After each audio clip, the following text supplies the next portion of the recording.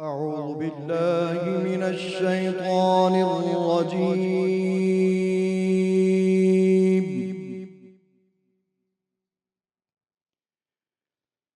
بسم الله الرحمن الرحيم.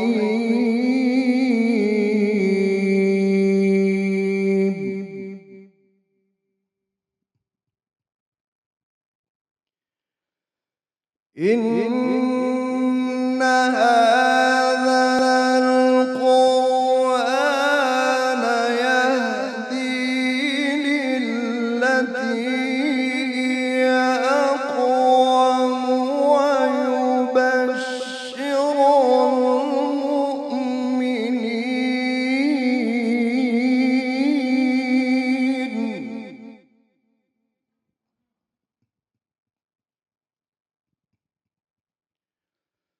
ويبشر المؤمنين الذين يعملون الصالحات أن لهم أجرا كبيرا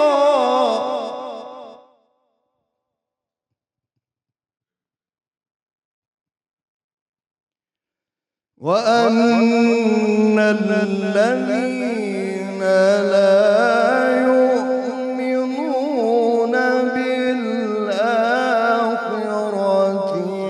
أعتدنا لهم عذابا أليما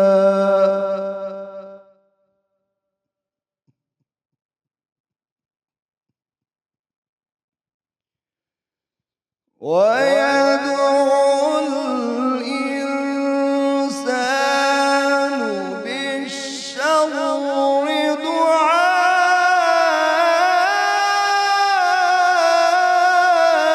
دعاءه بالخير وكان الإنسان عجولا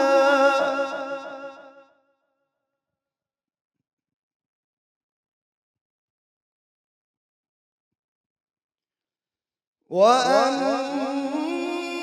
الذين لا يؤمنون بالآخرة أعتدنا لهم عذابا أليما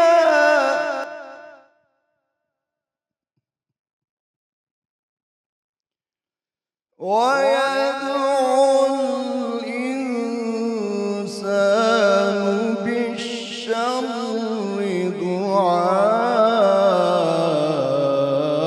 دعاءه بالخير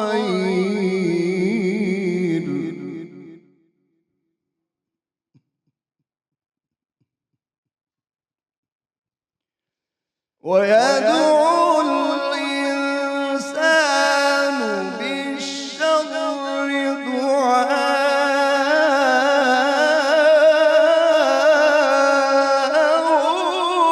بالخير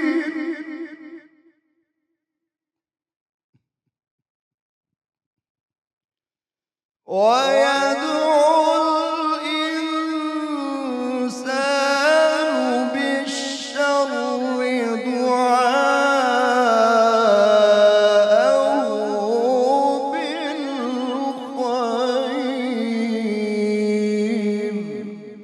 وكان الإنسان عجولا صدق الله العظيم. ماشاءاللہ ماشاءاللہ سبحان اللہ. ملک معروف قاری جناب قاری محمد ظفر کھرل صاحب تلاوت کلام پاک سے ہمارے قلوب منور فرما رہے تھے. الحمدللہ رب العالمین والصلاة والسلام علی سید الانبیاء والمرسلین. اللہم صلی علی سیدنا و مولانا محمد وعلی آلہ واصحابہ وبارک وسلم وصلی علیہ۔ دنیا کے تمام دیکھنے والوں کو، تمام چاہنے والوں کو، تمام پیار کرنے والوں کو، اور جہاں جہاں تک اس وقت میری آواز کو سنا اور مجھے دیکھا جا رہا ہے، جنید اقبال کی جانب سے انتہائی محبت کے ساتھ السلام علیکم۔ ایک بار پھر ناظرین، آپ کو میں دل کی گہرائیوں سے رحمت رمضان کی خصوصی براہ راست نشریات میں سحری کے اس حسین سے موقع پر خوش آمدید کہتا ہوں، اور آج ہمارے ساتھ آپ نے جڑے رہنا ہے، کیونکہ آج تذکرہ ہی ایک اتنی عظیم بارگاہ کا ہے ناظرین، اتنی عظیم بارگاہ کا کہ جب میں گفتگو شروع کروں گا تو آپ کہیں گے کہ واقعی ہمیں تو اس تذکرے میں اس لیے شامل ہونا ہے کہ جہاں ماں کا تذکرہ آ جائے تو بچے ہلا نہیں کرتے، تو جہاں ماؤں کی ماں کا تذکرہ آ جائے وہاں پھر بچے اپنے دلوں کو نچھاور کر دیا کرتے ہیں۔ ناظرین، سید المرسلین، خاتم النبیین، شفیع المذنبین، حضرت محمد مصطفیٰ صلی اللہ علیہ وآلہ وسلم سے تعلق اور نسبت رکھنے والی ہر شے اور ہر شخصیت تا قیامت اتنی ممتاز و مکرم ہے کہ اس کی نظیر بھی کسی نظر سے نہیں ملتی۔ یعنی جو نسبت مصطفیٰ صلی اللہ علیہ وآلہ وسلم سے جڑ گیا، جو نسبت مصطفیٰ صلی اللہ علیہ وآلہ وسلم سے جڑ گیا، اگر وہ ادنا بھی تھا تو اعلیٰ ہو گیا، بلکہ اعلیٰ کیا، اعلیٰ ترین ہو گیا۔ اور جنہیں سرکار مدینہ صلی اللہ علیہ وآلہ وسلم کا قرب نصیب ہوا، ان کے مقام اور مرتبے کا ناظرین کیا ہی کہنا، کہ پہلے تو ذرا اس بات کو تھوڑا سا سمجھ لیں کہ قدرت نے ہمیں رشتوں کی جس حسین ترین مالا کے اندر پرویا ہے ناظرین، اس میں ایک رشتہ اپنی حلاوت کی وجہ سے، اپنی محبت کی وجہ سے، اپنی شفقت کی وجہ سے انتہائی عظیم ترین رشتہ ہے۔ اس رشتے کے تقدس، احترام اور رفعت کو سمجھنے کے لیے ناظرین اتنا ہی کہہ دینا کافی ہے کہ اس کے قدموں کے نیچے اللہ تبارک و تعالیٰ نے ہماری جنت کو سجا دیا ہے۔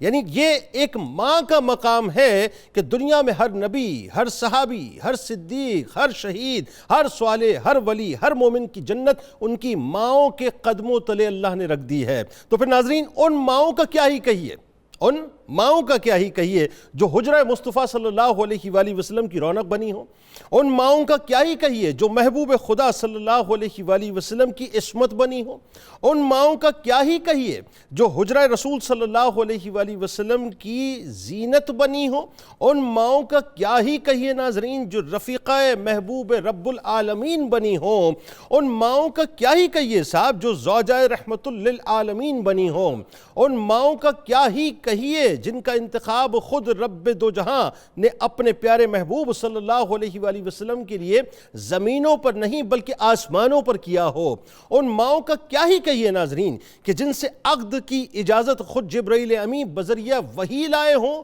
ان ماؤں کا کیا ہی کہیے جن کے پروٹوکول خود قرآن نے ہم جیسے گناہگاروں کو سکھائے ہوں، ان ماؤں کا کیا ہی کہیے ناظرین کہ جن کو کائنات کے تاجور کے صبح و شام نصیب ہوئے ہوں۔ یعنی ایک جملہ رکھ کے میں ادا کروں کہ جن کو ایک مرتبہ ایمان کی حالت میں دیدار مصطفیٰ صلی اللہ علیہ وآلہ وسلم نصیب ہو گیا اور جن پر سرکار علیہ السلام کی نگاہ پڑ گئی، جنت میں اعلیٰ مقام ان کو اللہ نے عطا کر دیا۔ قرآن ان سے مطلب مخاطب ہو کے یہ کہتا ہے کہ اللہ ان سے راضی ہو گیا، وہ اللہ سے راضی ہو گئے۔ تو ذرا سوچئے ناظرین کہ ان ماؤں کا کیا ہی کہیے جو کائنات کے سب سے عظیم ترین حجرے کی مکین رہی ہوں، ان ماؤں کا کیا ہی کہیے جو ان حجروں کی مکین رہی ہوں جو فرش پر عرش سے زیادہ مکرم و محترم ہوں، ان ماؤں کا کیا ہی کہیے ناظرین جو ان حجروں میں بسی ہوں جو عرش والوں کے نزدیک سب سے زیادہ محترم ہوں، ان ماؤں کا کیا ہی کہیے جو ان حجروں میں رہی ہوں جہاں چاند اور سورج بھی نور کی خیرات لینے آتے ہوں، ان ماؤں کا کیا ہی کہیے جو ان حجروں میں رہی ہوں جہاں جبرائیل امی بھی ہاتھ باندھ کے تشریف لاتے ہوں، اور ان ماؤں کا کیا ہی کہیے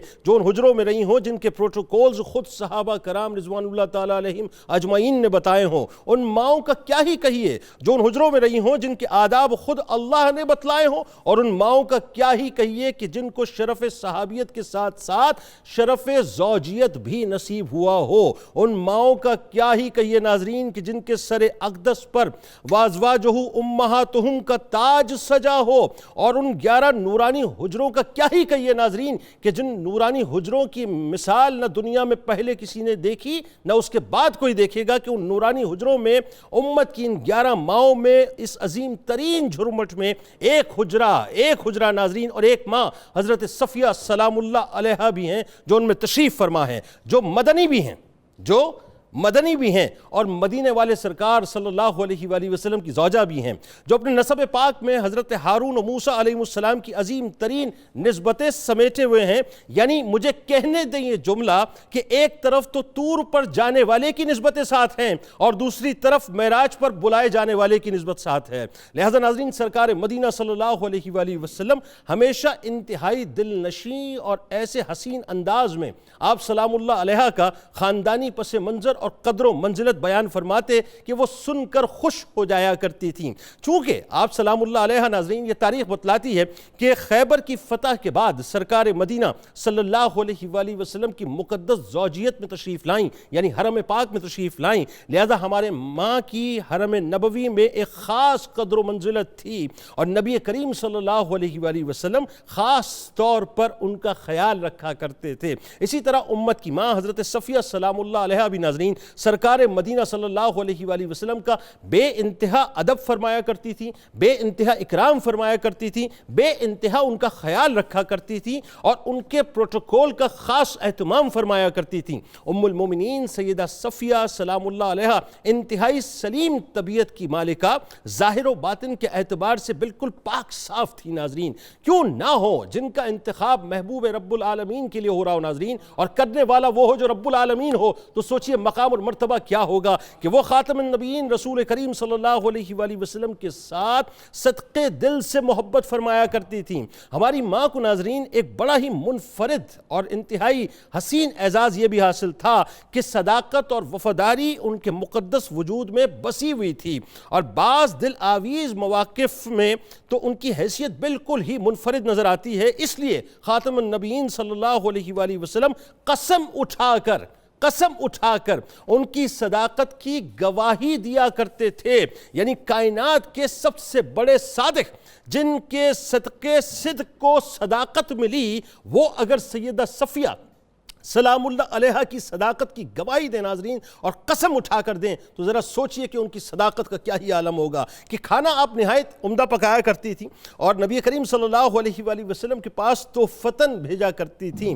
انتہا درجے کی سخیہ تھیں، آپ بہت سخاوت فرمایا کرتی تھیں۔ حضرت صفیہ سلام اللہ علیہ کو سرکار مدینہ صلی اللہ علیہ وآلہ وسلم سے نہایت محبت تھی۔ ناظرین کرام، جب آپ علیل ہوئے، یعنی سرکار مدینہ صلی اللہ علیہ وآلہ وسلم جب علیل ہوئے، تو یہ محبت کا ایک تقاضا تھا کہ آپ نے انتہائی حسرت سے جملے ادا کیے کہ کاش آپ کی بیماری مجھ کو آ جاتی۔ ام المومنین سیدہ صفیہ سلام اللہ علیہ کو قرآن کریم سے ناظرین بے انتہا عشق تھا۔ اچھا کیوں نہ ہو بھئی ظاہر ہے جن کی زوجیت میں ہے، جن کے قلب پہ اللہ تعالیٰ نے قرآن اتارا ہے، تو ذرا سوچیے کہ اس قرآن سے پھر آپ کو کتنا پیار ہوگا، کیونکہ اسی قلب میں جا کے تو آپ نے بسنا تھا اور اسی قلب میں آپ بسی ہوئی تھی۔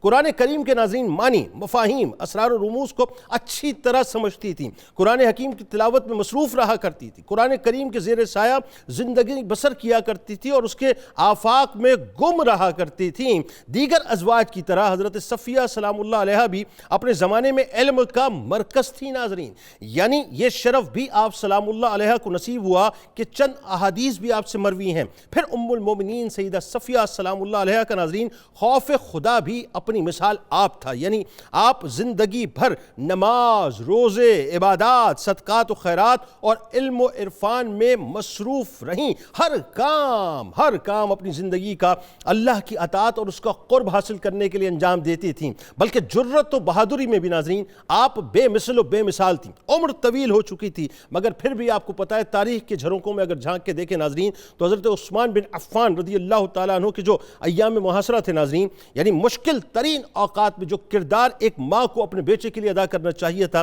سیدہ صفیہ سلام اللہ علیہ نے وہ کردار ادا کیا۔ میری آپ کی آل اولاد ان کے نقش قدم پہ قربان ہو جائے، ان کے نام پہ قربان ہو جائے کہ کل بروز محشر ہم کھڑے ہوں اور ہماری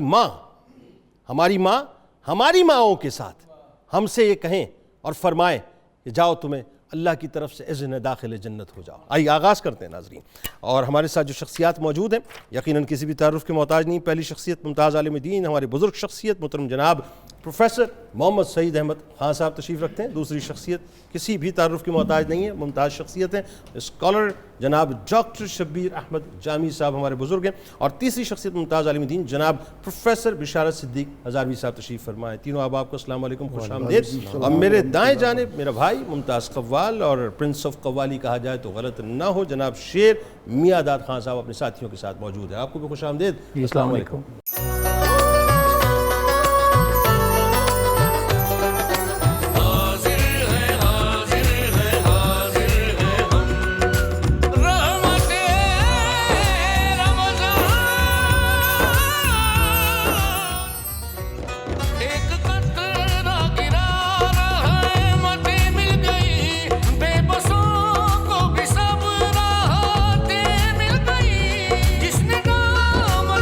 ایک بار پھر ناظرین میں آپ کو خوش آمدید کہتا ہوں. رحمت رمضان کی خصوصی براہ راست نشریات میں آج کی یہ نشریات سحری کی ہماری ماں, ہم سب کی ماں, امت کی ماں حضرت صفیہ سلام اللہ علیہا کے نام ہے. ویسے تو ظاہر ہے ہماری پوری زندگیاں, ہماری ایک ایک سانس ان کے نام ہے, لیکن آج انشاءاللہ ان کا تذکرہ پاک ہوگا. اور خاص طور پہ جو مائیں بہنیں بیٹیاں اس وقت ہمیں دیکھ رہی ہیں, چاہے پاکستان میں یا پاکستان سے باہر, ضرور ہمارے ساتھ رہیں. اور کچھ دیر میں انشاءاللہ ہم ٹیلی فون کالز کا سلسلہ بھی شروع کریں گے, تو نمبرز اسکرین پہ آپ کے سامنے نمایاں ہوں گے.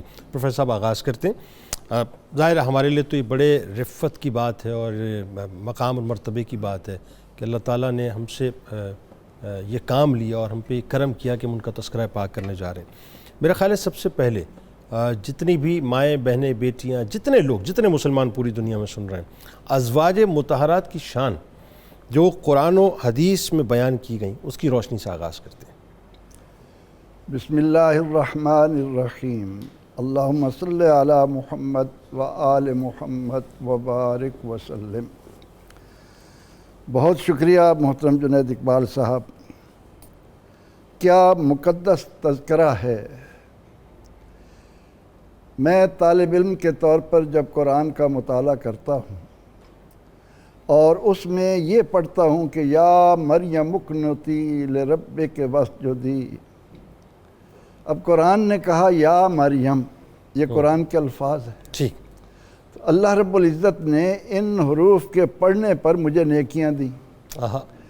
اب اس روشنی میں اگر میں بحیثیت امتی اپنی پوری زندگی اس بات کا ورد کرتے ہوئے گزاروں کہ یا سیدہ خدیجہ, یا سیدہ عائشہ, یا سیدہ سودا, یا سیدہ ام حبیبہ, یا سیدہ زینب, یا سیدہ صفیہ, یا سیدہ میمونہ, تو مجھے کتنی یا سیدہ ماریہ, کتنی نیکیاں ملتی چلی جائیں گی. اللہ اکبر. پھر ان عظیم ماؤں کو جو مرتبہ و مقام اللہ کی طرف سے ملا ہے, اس کا اندازہ عربی زبان جاننے والے اس امر سے لگا سکتے ہیں کہ اللہ رب العزت نے ان کے لیے ازواج کا لفظ استعمال کیا ہے. واہ. ارشاد ہوتا ہے النبی اولا بالمؤمنین من انفسہم. میرا یہ نبی اہل ایمان کی جانوں سے زیادہ ان کے قریب ہے. ہائے ہائے سبحان اللہ سبحان. وَأَزْوَاجُهُ أُمَّهَاتُهُمْ. اور آپ کی ازواج ان کی مائیں ہیں. ٹھیک. ازواج زوج کی جمع ہے. ٹھیک. اور عربی زبان میں زوج کا لفظ جوڑے کے لیے اس وقت بولا جاتا ہے جب دونوں ایک ہی حیثیت کے ہوں. ٹھیک. اس تشریح کی روح سے اللہ تعالیٰ نے اس حرم پاک میں آنے والی مقدس, معطر, معمبر, مطہر, انہیں کیا مرتبہ عطا کر دیا ہے. اللہ کہ اللہ تعالیٰ فرمائے کہ کل لازواجک و بناتک. محبوب آپ فرمائیں اپنی زوجوں سے, زوجات سے, ازواج سے. تو اللہ تعالیٰ جہاں ان کے لیے زوج کا لفظ استعمال کر رہا ہے, قرآن کی روشنی میں یہ لفظ ان کی عظمتوں کے لیے اتنا عظیم ہے کہ جس طرح کوئی امتی اللہ کے محبوب علیہ الصلاۃ والتسلیم کے مراتب کو بیان کرتے کرتے کرتے اس بات پر آ جاتا ہے کہ قصہ مختصر یہ ہے کہ بعد از خدا بزرگ توئی, وہی عظمت یہاں آ جاتی ہے کہ میری یہ مائیں اپنے مرتبہ و مقام میں اس درجے پر فائز ہیں کہ کوئی ان کی شان بیان کر ہی نہیں سکتا۔ اللہ اکبر۔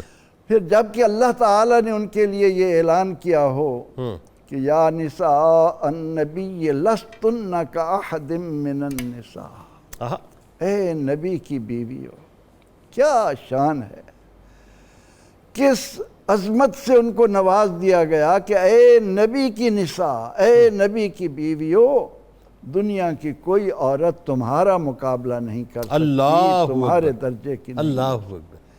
جب قرآن یہ کہے کہ وَاذْكُرْنَ مَا يُتْلَى فِي بُيُوتِكُنَّ مِنْ آیَاتِ اللہ، اے نبی کی ازواج یاد تو کرو اللہ نے تمہیں کس شان سے نوازا ہے کہ تمہارے گھروں میں، تمہارے بیوت میں اللہ کی آیات تلاوت کی جا رہی ہے۔ اللہ اکبر، اللہ اکبر۔ ان حجروں میں تلاوت کون کر رہا ہے؟ یا تو اللہ کا محبوب کر رہا ہے یا سید الملائکہ جبریل کر رہا۔ اللہ اکبر، اللہ اکبر۔ بعض لوگ جو قرآن کریم میں قصہ معراج کو بیان کرتے ہوئے یہ کہتے ہیں کہ آپ صلی اللہ علیہ وسلم کو سدرۃ المنتہا پر کیوں لے جایا گیا کہ آپ جبریل کو دیکھیں، معاذ اللہ۔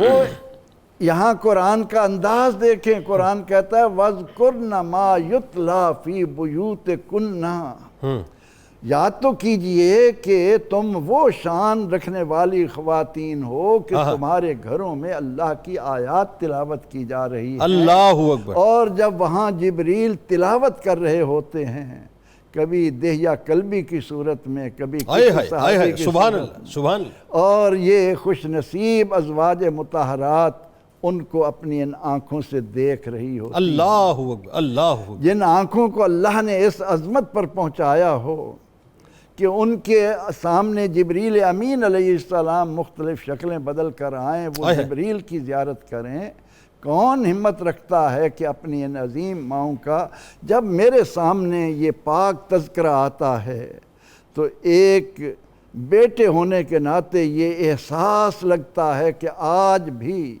یہ ارواح مقدسہ جب میری زبان سے سنتی ہیں، میری پیاری عظیم مائیں جنہیں اللہ نے میری ماں بنایا ہے، مجھ پر ایک سکون کی کیفیت طاری ہوتی ہے، یوں لگتا ہے کہ میں ان کے دامن رحمت میں غوطہ زن ہوں اور دعا کر رہا ہوں کہ اللہ یہی شرف قیامت کے دن بھی اہل ایمان کو عطا کر کے وہاں بھی ہم ان کے اچھا ان کے پروٹوکولز کو، ان کی تکریم کو اللہ تعالیٰ نے ان کے حجروں کی خاص طور پہ تکریم کو قرآن میں بیان کیا کہ ان کے حجروں میں داخل ہونے کی بھی اپنے ایک، یعنی ان کے حجروں کے پاس جانا یا ان کو سرکار علیہ السلام کو بلانا، اس کا بھی پروٹوکول سرکار علیہ السلام کا خاص طور پر وہاں پر یہ حکم ہے کہ وہ لوگ کم عقل ہیں جو میرے محبوب علیہ السلام کو حجرات کے باہر، ان کے مقدس حجروں کے باہر جا کر آواز دیتے ہیں، بلکہ اللہ تعالیٰ نے اپنے محبوب علیہ السلام کے حرم میں آنے والی ان بے مثل کہ جن کے بارے میں اللہ فرمائے اِنَّا أَحْلَلْنَا لَكَ أَزْوَاجَكَ، محبوب آپ کے حرم میں جو خواتین آئی ہیں یہ آپ کا انتخاب نہیں، اللہ، یہ مجھ اللہ کا انتخاب ہے۔ اور پھر اللہ اس حجرے میں آنے والوں کو یہ کہے کہ اذا طعمتم، کہ جب تم کھانا کھا لو تو فانتشروا، وہاں بیٹھو نہیں، پھر میرے محبوب کے لیے تنہائی کا عالم تاریخ لے آؤ، وہاں سے کھانا کھانے کے بعد تم مجلسیں بنا کر میرے محبوب علیہ السلام کے حجروں میں نہ بیٹھو۔ تو پروردگار عالمین نے ہم پر یہ کرم کیا ہے کہ ہمیں ان عظیم ماؤں کا تذکرہ کرنے کے قابل بنایا اور ان کا نام لینا ہی قرآن کی تلاوت کرنا ہے۔ سبحان اللہ۔ ڈاکٹر صاحب، ام المومنین سیدہ صفیہ سلام اللہ علیہ، بہت ظاہر ہے مطلب اللہ تعالیٰ نے آپ کو رفتوں سے نوازا، اور میں بھی ایک بات جب آپ پروفیسر صاحب فرما رہے تھے تو میں ایک بات سوچ رہا تھا، اور وہ انسٹنٹ آپ کی بات سے میرے ذہن میں آئی کہ اس وقت تقریباً 7.5 پونے 8 ارب کے قریب آبادی اس وقت ہے پوری دنیا میں۔ اچھا کتنے اربوں آئے اور کتنے اربوں آئیں گے ہمیں نہیں پتہ، لیکن ان کھربوں لوگوں میں 11 حجرے ہیں کہ جن کو اللہ تعالیٰ نے شان عطا کی ہے ان کھربوں لوگوں میں، اور 11 میں بھی ایک حجرہ ایسا ہے جس کا ہم تذکرہ پاک کر رہے ہیں. تو کتنی بڑی رفتوں کی بات ہے. آپ کا تعارف اور آپ کی فطرت سلیمہ کے بارے میں بتائیے. بسم اللہ الرحمن الرحیم. بڑی خوبصورت کیفیت بھری گفتگو ہو رہی ہے. تو حضرت سیدہ صفیہ رضی اللہ تعالی عنہا کے بارے میں چند ابتدائی باتیں. آپ کے والد کا نام تھا ہوئی بن اخطب، ٹھیک، جو بنو نذیر قبیلے کے سردار تھے، اور آپ کے والد کی طرف سے آپ کا سلسلہ نسب جو ہے وہ حضرت ہارون علیہ السلام تک جا کے ملتا ہے. تو اس کے بعد جو آپ کی والدہ تھی ان کا نام تھا برہ، اور ان کا جو سلسلہ ہے وہ جا کر ملتا ہے حضرت موسیٰ علیہ السلام تک. اللہ. تو آپ دیکھ لیں کہ یہ بین الطرفین ہارونی اور موسوی نسبت کی حامل یہ امہات المومنین اور مصطفی نسبت بھی پھر مصطفی نسبت بھی پھر آگئی، ہارونی، موسوی اور مصطفی نسبت کی حامل. تو وہ خود بیان کرتی ہیں کہ ہم جب مدینہ میں رہتی تھیں تو یہ لوگ مدینہ میں کیوں آئے تھے. مدینہ میں یہود کا یا اہل کتاب کے لوگوں کا آنا اس لیے تھا کہ ان کی کتاب مقدس کے اندر، تورات کے اندر وہ تمام نشانیاں موجود تھیں. ٹھیک. حضور نبی اکرم صلی اللہ علیہ وسلم کا حلیہ مبارک، صحیح، آپ کی خصوصیات اور آپ کی جائے ہجرت. ٹھیک. تو کچھ چیزیں تو ذرا تھوڑا مدھم تھی لیکن جائے ہجرت ان کو کلیئر تھی. ٹھیک. اس لیے بہت سارے قبائل ہجرت کر کے یہاں اس لیے آ گئے تھے چونکہ وہ سمجھتے تھے کہ آخری ہادی اعظم نبی مکرم صلی اللہ علیہ وسلم کی ذات گرامی یہاں ہجرت کرائیں گے. اور پھر وہ طبہ بادشاہ کا جو واقعہ آتا ہے، وہ واقعہ سارا بالکل ٹھیک ہے، وہ یہاں لوگ آئے. ٹھیک ہے. تو اسی خاندان میں سے جب یہ کہتے ہیں کہ ہمیں اطلاع ہو گئی تھی کہ حضور نبی اکرم صلی اللہ علیہ وسلم نے مکہ کے اندر دعوی نبوت فرما دیا ہے، تو یہاں سب کو اطلاع ہو گئی تھی کہ وہ نظام چل پڑا ہے. پھر جب آپ ہجرت کر کے مدینہ میں آئے تو یہاں تو بہت زیادہ ہلچل ان مذہبی لوگوں میں پیدا ہوئی جو بنیادی طور پر آئے ہی اس لیے تھے. تو یہ کہتے کہ مجھے شروع سے بڑا تجسس رہتا تھا کہ ان کے بارے میں مجھے اطلاعات ملیں، چونکہ میں اپنی ایک طبیعت سلیمہ فیل کرتی تھی کہ میرے سامنے جب بھی حق آ جاتا تھا نا مجھے پہچاننے میں دقت نہیں ہوتی تھی. اچھا، وہاں 3 قبیلے تھے نا یہودیوں کے، ایک بنو قین کا، ایک قریظہ اور ایک نزیر. 3. بالکل ٹھیک. اور آپ کا بنو نزیر سے تعلق. بنو نزیر سے تعلق. جی. پھر کہتی ہے کہ خود ایک واقعہ پھر جو شروع میں ہوا اور اس نے تو بالکل اہل کتاب سب کو ہلا دیا اور یہودیوں کو بھی. عبداللہ بن ابی نے آتے ہی جب دیکھا کہ یہاں میری مذہبی سرداری اور دنیاوی سرداری کو دھچکا لگ سکتا ہے، وہ آخری نبی مکرم صلی اللہ علیہ وسلم کی تشریف آوری ہے.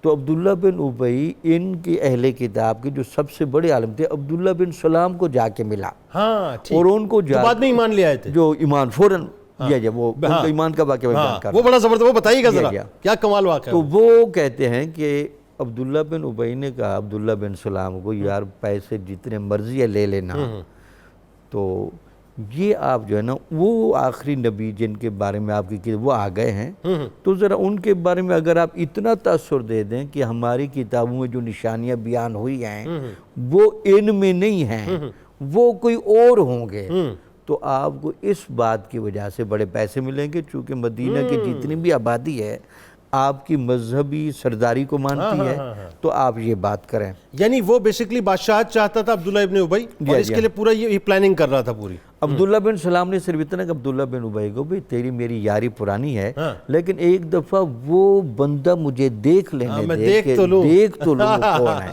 کیا بات. تو کہتے ہیں کہ یہ دونوں باتیں کرتے چلتے تو حضور نبی اکرم صلی اللہ علیہ وسلم کی عادت مبارکہ تھی کہ آپ بعض اوقات تنہائی میں آ کر مسجد نبوی میں بیٹھ جاتے تھے تاکہ لوگ جو ملنے آتے تو ذرا ملاقات ہو. تو آپ حالت مراقبے میں بیٹھے تھے. یہ دونوں باتیں کرتے آتے جب دیکھا عبداللہ بن سلام نے، آپ کی صرف باڈی لینگویج کو اس نے پڑھا اور پھر ان کی باتوں کے دوران آپ نے جب چہرہ اوپر کیا تو اس نے جو ہی آپ کے چہرہ مقدس کو دیکھا، جو تبصرہ اس نے کیا عبداللہ بن سلام نے عبداللہ بن ابی کے سامنے، عبداللہ بن سلام نے عبداللہ بن ابی کو کہا کہ اس سے زیادہ سچا چہرہ میں نے زندگی میں نہیں دیکھا، یہ نبی کا چہرہ ہے اللہ، جس کے چہرے پر انوار الہیہ کا حالہ ہے، اللہ، اور بیٹھنے میں اتنا گہرا وقار ہے، یہ دیکھنے میں بیٹھا تو یہاں تک ہے لیکن حقیقت میں یہ بیٹھا عرش پر ہے۔ تو جب سبحان یہ اللہ، باتیں سبحان کی تو عبداللہ بن سلام نے کہا، عبداللہ بن ابی نے عبداللہ بن سلام کو کہا لگتا ہے جادو آپ پر بھی چل گیا، مکے والے بھی کہتے ہیں ان کا جادو چلتا ہے۔ تو انہوں نے کہا نہیں، میں آپ کی تسلی کے لیے چند سوالات آپ سے پوچھتا ہوں۔ انہوں نے آپ سے 3 سوال پوچھے، ٹھیک ہے، اور وہ تینوں سوال قرآن و حدیث میں نہیں ہیں لیکن آپ کی نگاہ بصیرت میں تھیں۔ تو لگتا یہ ہے کہ جو نیا نبی آتا ہے نا، اس کو پچھلی ساری فائلیں دے دی جاتی ہیں، ٹھیک ہے جی آپ پچھلا ریکارڈ یہ دیکھ کیا بات ہے بھائی، کیا کہنے، واہ واہ واہ۔ تو وہ کہتے ہیں جی یہ بتائیں کہ آپ نبی ہیں، آپ نے فرمایا کہ میں نبی ہوں۔ اچھا یہ بتائیں کہ جنت میں جنتیوں کو سب سے پہلے کیا کھلایا جائے گا؟ حضور نبی اکرم صلی اللہ علیہ وسلم نے فرمایا کہ سب سے پہلے جنتی جب جنت میں جائیں گے تو ان کو مچھلی کا جگر کھلایا جائے گا، اچھا، مچھلی کا کلیجہ کھلایا جائے گا۔ اچھا جی ہاں۔ دوسرا سوال کہ یہ بتائیں کہ بچہ کبھی ماں کی شکل ہوتا ہے، کبھی باپ کی شکل ہوتا ہے، کبھی بیٹا ہوتا ہے، کبھی بیٹی، اس کی کیا وجہ ہے؟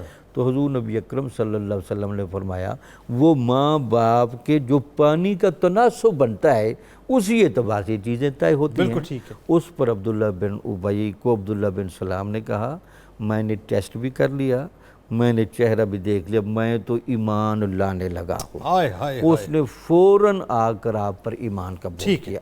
اس واقعے کو حضرت صفیہ بھی دہراتی تھی، بھئی یہ واقعہ ہمارے لیے اتنا ایک ہنگامی حالات میں سامنے آیا، وہ بڑے عالم تھے، یہودیوں کے بڑے عالم، یہودیوں کے سب سے بڑے عالم۔ پھر میرے والد اور میرے چچا بھی وہاں دیکھنے آئے ماحول، دیکھنے کے بعد جب یہ گھر جا کر آپس میں باتیں کرنے لگے تو میرے چچا نے تو میرے والد کو کہا حجی ٹھیک ہے سردار آپ ہیں، بڑے آپ ہیں، لیکن میں دل دے آیا ہوں۔ لیکن حجی نے کہا کہ یار ہماری سرداریوں کے مسائل ہیں، ہماری چدراہٹ جاتی رہے گی، مذہبی تشخص ہمارا ختم ہو جائے گا، ہم تو اناد کی جگہ پر رہیں گے۔ تو کہتی تھی کہ میں اس وجہ سے اپنے والد سے تھوڑا کھچی کھچی بھی رہتی تھی کہ میرے والد صاحب بڑے عجیب آدمی ہیں کہ وہ آخری نبی آ چکے ہیں تو ان کو مان لینا چاہیے، تو میں اس وقت سے آپ کی عظمت کو مانتی تھی۔ اب ذرا یہ بتائیے آپ کے جو بڑی ایک سمجھ لیجئے کہ لطیف پیرائی میں خوبصورت انداز سے ڈاکٹر صاحب اور پروفیسر صاحب نے بیان کیا، میں چاہتا ہوں ایک جو خواب ہے خاص طور پہ، ظاہر ہے اب یہ انٹیوشنز تو آتی ہیں نا قدرت کی طرف سے، کیونکہ اتنا بڑا ظاہر ہے آپ کا ایک تعلق جڑنے والا ہے، تو ایک تو وہ خواب کا ذکر آتا ہے، دوسرا آپ کے قبول اسلام کا ذکر آتا ہے، اس پہ ذرا گفتگو کریں۔ بسم اللہ الرحمن الرحیم والصلاة والسلام علی سید الانبیاء والمرسلین۔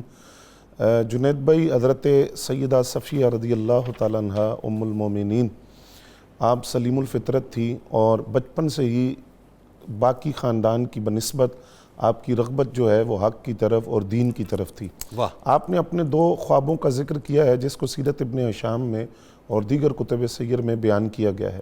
ایک خواب آپ نے یہ بیان کیا، فرماتی ہیں کہ میں نے یہ خواب دیکھا کہ میں اور وہ شخصیت اور ہستی جن کو اللہ کا رسول کہا جاتا ہے، ہم دونوں ایک ساتھ ہیں اور ایک فرشتہ اپنے پر کے اندر ہمیں چھپا لیتا ہے۔ اللہ فرماتی ہیں یہ خواب تھا مختصر سا جو میں نے دیکھا اور اپنے خاندان والوں کے سامنے بیان کیا، تو اس کے نتیجے میں ان کا جو رویہ تھا اور جواب تھا وہ بڑا سخت تھا۔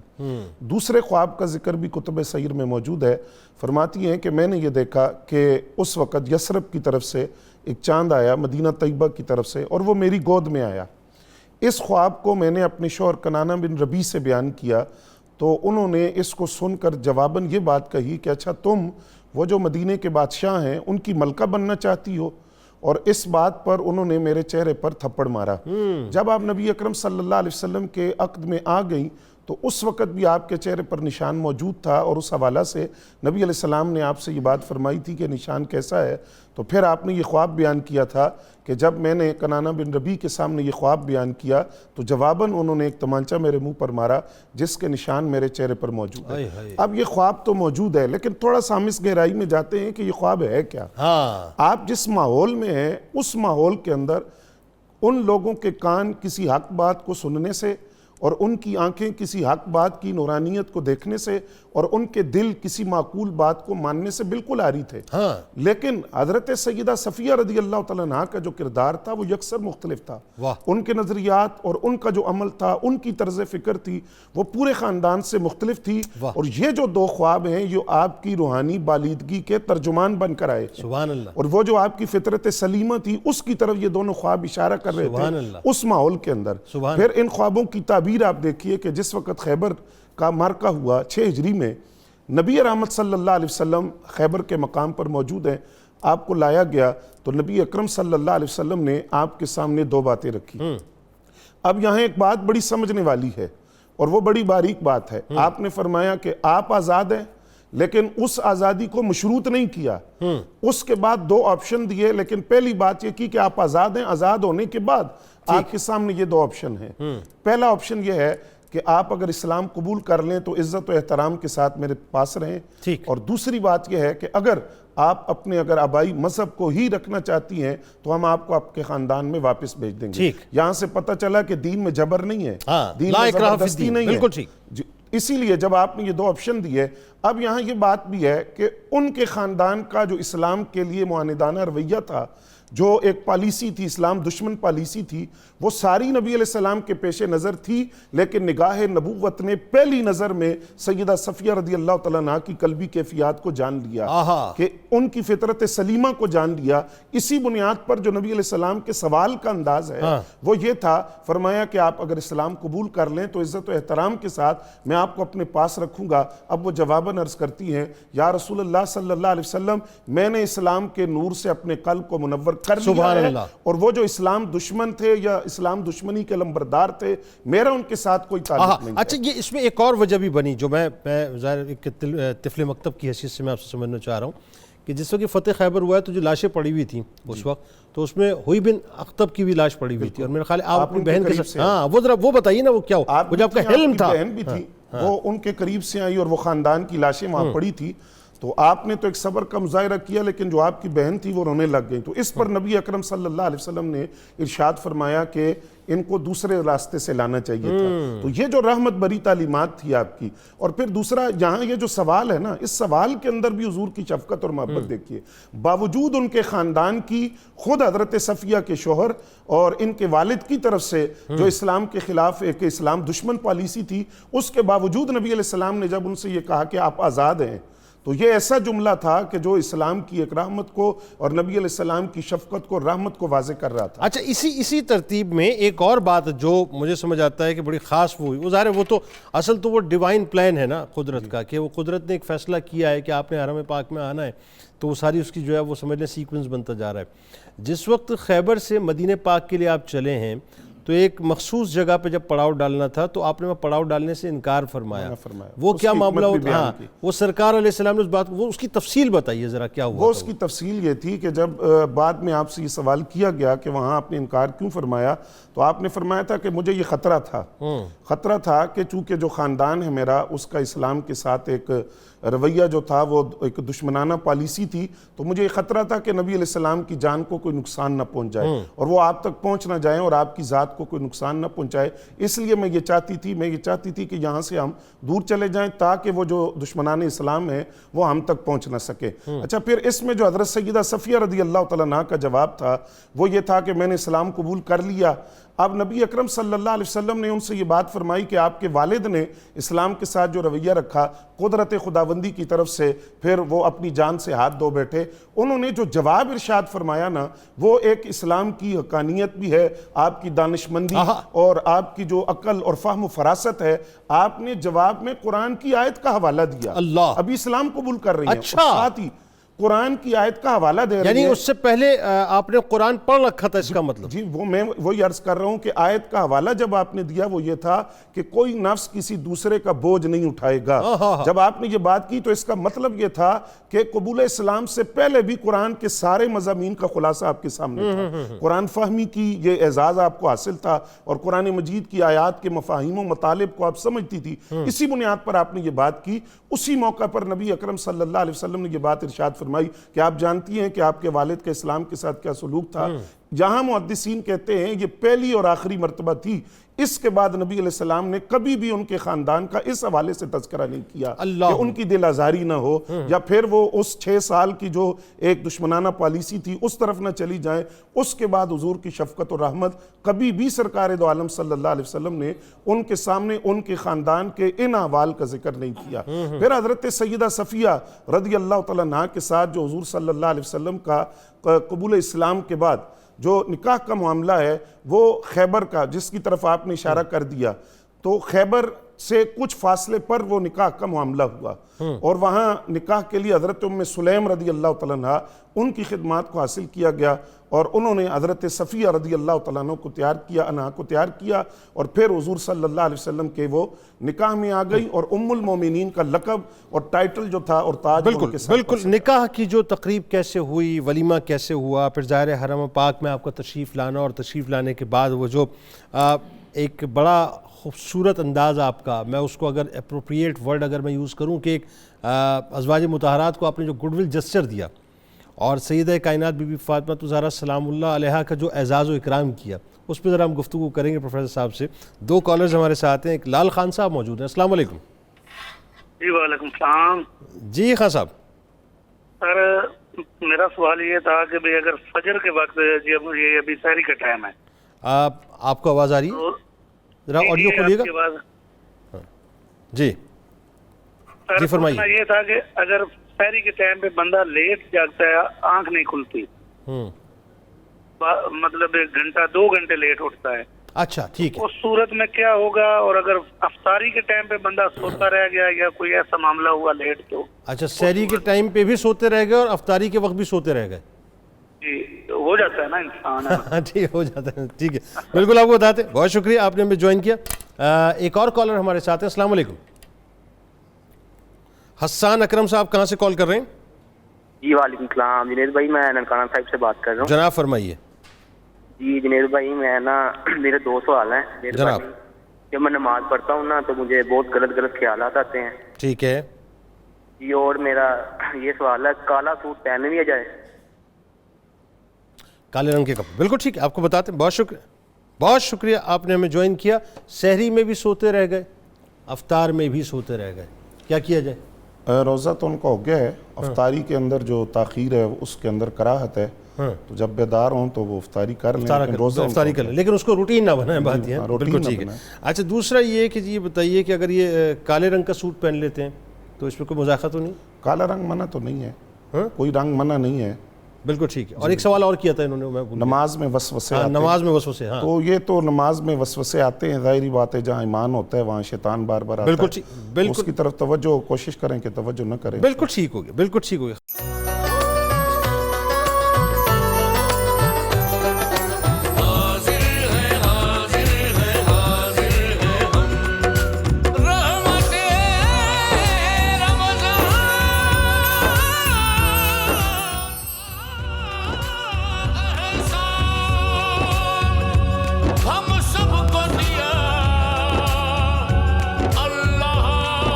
ایک بار پھر ناظرین میں آپ کو خوش آمدید کہتا ہوں. رحمت رمضان کی خصوصی براہ راست شریعت ہے اور مجھے یقین ہے کہ آپ الحمدللہ ہمارے ساتھ ہی ہوں گے انشاءاللہ.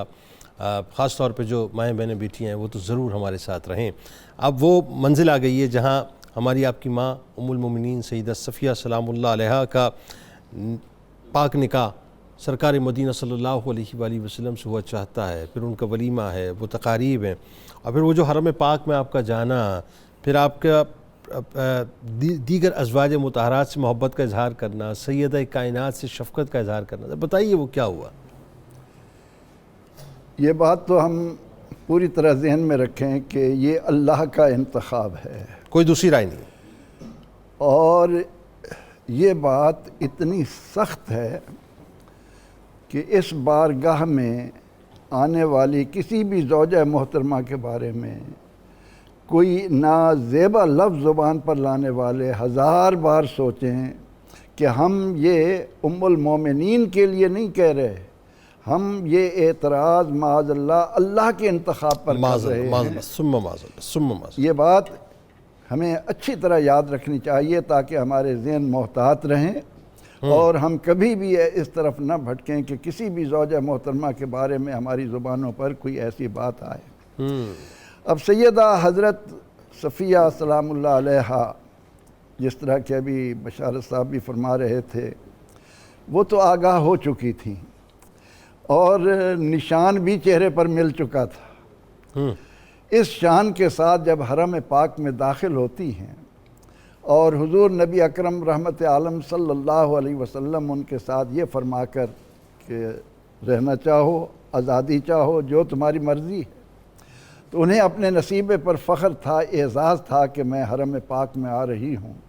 اب جب نکاح ہو گیا تو نبی اکرم رحمت عالم صلی اللہ علیہ وسلم نے صحابہ کے مقام پر پہنچ کر قیام کیا اور وہاں پر ایک شاندار ولیمے کا اہتمام ہوا، اور یہ ولیمہ کھجور، پنیر، گھی، ملیدہ اسے کہتے ہیں، اچھا، پسندیدہ۔ اب نبی اکرم رحمت عالم صلی اللہ علیہ وسلم کی اس خوشی کو دیکھ کر صحابہ کرام رضوان اللہ علیہ اجمعین اس شاندار ولیمے پر کس قدر شاداں ہوں گے کہ سرداروں کی بیٹی امام الانبیاء صلی اللہ علیہ وسلم کے حرم پاک میں آئی ہے، اور اس کے بعد آپ صلی اللہ علیہ وسلم نے جب اپنی اس زوجہ مطہرہ کو اپنے ساتھ سواری پر سوار کیا تو اپنی چادر ان پر ڈال دی۔ بلکہ اس سے پہلے ایک اور بات ہے، وہ بھی بتائیے۔ جب سرکار علیہ السلام نے اپنی ران مبارک جب جس وقت دراز کی کہ آپ جو قدم رکھ کے اوپر جائیں، تو آپ نے ادب کے مارے قدم نہیں رکھا، بلکہ گھٹنا رکھ کے آپ جو ہے وہ سوار ہوئی اونٹ پہ کہ کہیں ادب مصطفیٰ صلی اللہ علیہ وسلم میں کوئی کمی نہ آ جائے۔ یہ باتیں تو ان کی کتابوں کے اندر موجود تھیں۔ یجدونہ مکتوبا عندہم فی التوراۃ والانجیل، اور یہود قرآن کہتا ہے کہ اس طرح آشنا تھے نبی اکرم رحمت عالم صلی اللہ علیہ وسلم سے کہ یعرفونہ کما یعرفون ابناءہم، وہ آپ کو اس طرح پہچانتے تھے جیسے اپنی اولاد کو پہچانا کرتے ہیں۔ تو اس لیے یہ تو سردار کی بیٹی ہیں اور وہاں کیا کیا باتیں ہوتی ہوں گی، انہوں نے اس ادب و احترام کے ساتھ رسول اکرم رحمت یعنی معرفت مصطفیٰ صلی اللہ علیہ وسلم پوری آپ کو حاصل پوری حاصل تھی۔ اور اس کے بعد آپ صلی اللہ علیہ وسلم نے جب سوار فرمایا تو ان پر اپنی چادر ڈال دی، اور اس چادر کا ڈالنا صحابہ کرام رضوان اللہ علیہ مجمعین کے لیے اس بات کا اعلان تھا کہ یہ آزاد ہو کر حرم نبوی کا حصہ بن چکی ہے، یعنی اب تمہاری ماں بن گئی ہیں۔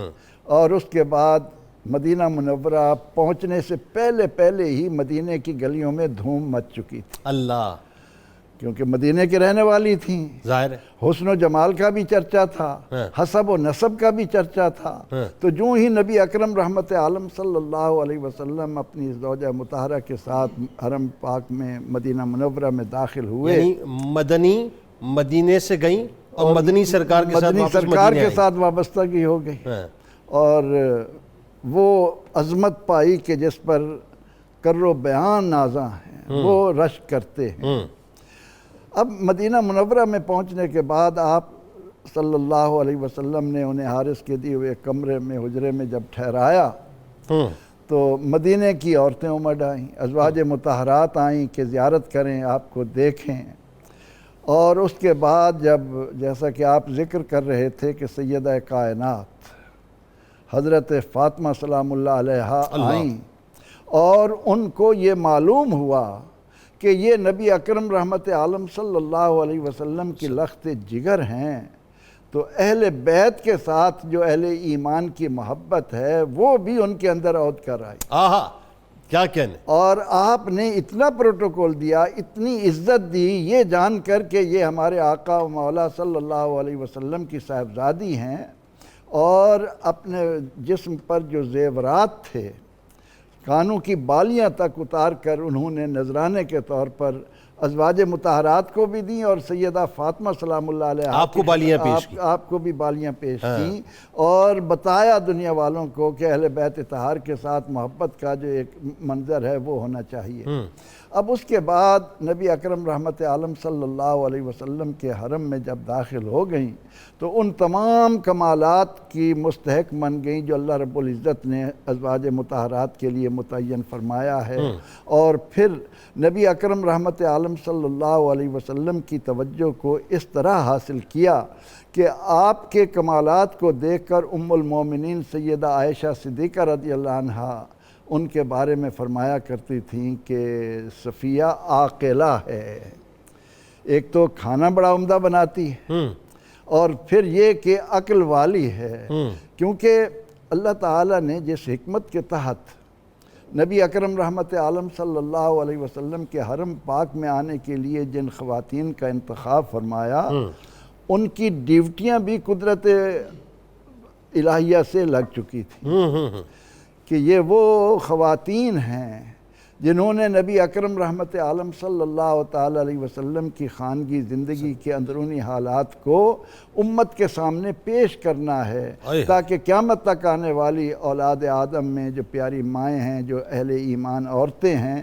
وہ نبی اکرم رحمت عالم صلی اللہ تعالی علیہ وسلم کے اسوہ حسنہ کو اپنانے کے لیے تیار رہیں۔ بالکل ٹھیک ہے۔ حرم پاک میں آپ تشریف لے آئیں اور ظاہر مزاج میں آپ کی شروع ہی سے سخاوت بہت تھی، اخلاق کریمانہ کا ویسے ہی پیکر تھیں، لیکن وہی بات ہے کہ یہاں پہ جب سرکار علیہ السلام کی بارگاہ میں آ گئیں تو وہ کیفیت مزید چمک گئی، مزید نکھر گئی۔ بتائیے ذرا اس بارے میں۔ بلکہ سیرت نگاروں نے بڑا ایک خوبصورت لفظ لکھا ہے، بڑا پرمعنی ہے، سیر چشم بڑی تھی، کیونکہ خاندان میں بھی بہت کچھ دیکھا تھا، پھر یہاں آ کر بھی رنگ دیکھا تو وہ جو سیر چشمی والی کیفیت ہے نا وہ زیادہ امنڈ آئی، اور طبیعت میں سخاوت کا اور فیاضی کا اور طبیعت کے اندر لوگوں کی مدد کرنے کا جوہر بہت زیادہ نمایاں ہوا۔ سبحان اللہ۔ بلکہ اس کے بعض اوقات تو جواہر بڑے نادر قسم کے لگتے ہیں، جہاں بندہ سخاوت کرتے ہوئے رک جاتا ہے، لیکن آپ نے وہاں بھی سخاوت کا مظاہرہ کیا۔ ایک تو سخاوت کا مظاہرہ یہ لگتا ہے کہ آپ نے یہاں آنے کے بعد اپنے ان یہودی رشتہ داروں کو جن کے بارے میں آپ کو معلوم ہوا کہ مؤلفہ قلوب کے تحت جو لوگ اسلام کی طرف مائل کیے جا سکتے ہیں ان کی ہیلپ کرنی چاہیے۔ ٹھیک ہے۔ صلہ رحمی کے تحت تو وہ کفر کے رشتے ٹوٹتے نہیں، وہ صلہ رحمی کے دائرے میں آتے ہیں۔ ایک تو آپ نے مسلسل وہاں بھی رابطہ رکھا، ٹھیک ہے۔ اس کے علاوہ ایک آپ کی لونڈی تھی، اس لونڈی نے آ کر کہیں حضرت عمر رضی اللہ تعالی عنہ کے سامنے شکایت کی، اور اس شکایت میں اس نے جا کر کہا کہ حضرت وہ جو ہے نا وہ دو کام بڑے کرتی ہیں، وہ اپنے رشتہ داروں کی خدمت کرتی ہیں۔ تو حضرت عمر رضی اللہ تعالی عنہ پروٹوکول کے ساتھ آپ کے پاس ہے اور آپ سے چند باتیں کی، اور اس بات پر بڑے حیران ہوئے کہ آپ سچ بڑا بولتی ہیں۔ تو وہ صدقہ بھی اس میں تھا، اس میں ہیلپ بھی تھی، اور اس میں سچ کا پہلو بھی تھا۔ تو آپ کی سخاوت کا بہرحال آپ کے زمانے میں بڑا چرچا تھا۔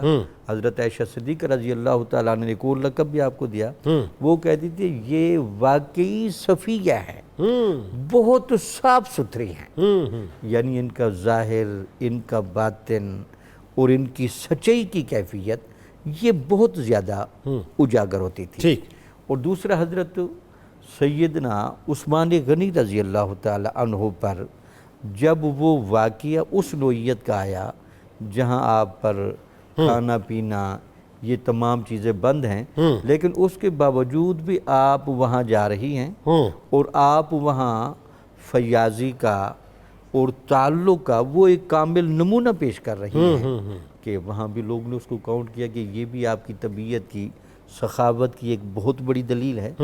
ویسے بھی آپ کا دسترخوان بڑا وسیع ہوتا تھا، کثرت کے ساتھ وہاں جم گھٹا رہتا تھا، عورتیں آتی تھی تو آپ ان کی وہاں تربیت کے ساتھ ان کو کھانا بھی بڑا کھلاتے تھے۔ ٹھیک، بات آگے بڑھاتے ہیں۔ جی پروفیسر صاحب اب ذرا یہ بتائیے کہ اسی سلسلے کو اگر تھوڑا سا ہم آگے اور بڑھائیں، اور اس میں بنیادی طور پہ سوال ہی پیدا ہوتا ہے کہ سرکار مدینہ صلی اللہ علیہ وآلہ وسلم سے جو آپ کا ایک تعلق تھا، ظاہر ہے جس طرح سے آپ اکرام فرمایا کرتی تھی سرکار علیہ السلام کا، اور سرکار علیہ السلام جس طرح سے محبت آپ سے فرمایا کرتے تھے، وہ اپنی مثال ظاہر ہے آپ ہے، اور وہ وہی خاص طور پہ چونکہ سرکار علیہ السلام اس نسبت کا بھی لحاظ رکھا کرتے تھے جو حضرت ہارون علیہ السلام، حضرت موسیٰ علیہ السلام کی نسبت ہے، بتائیے۔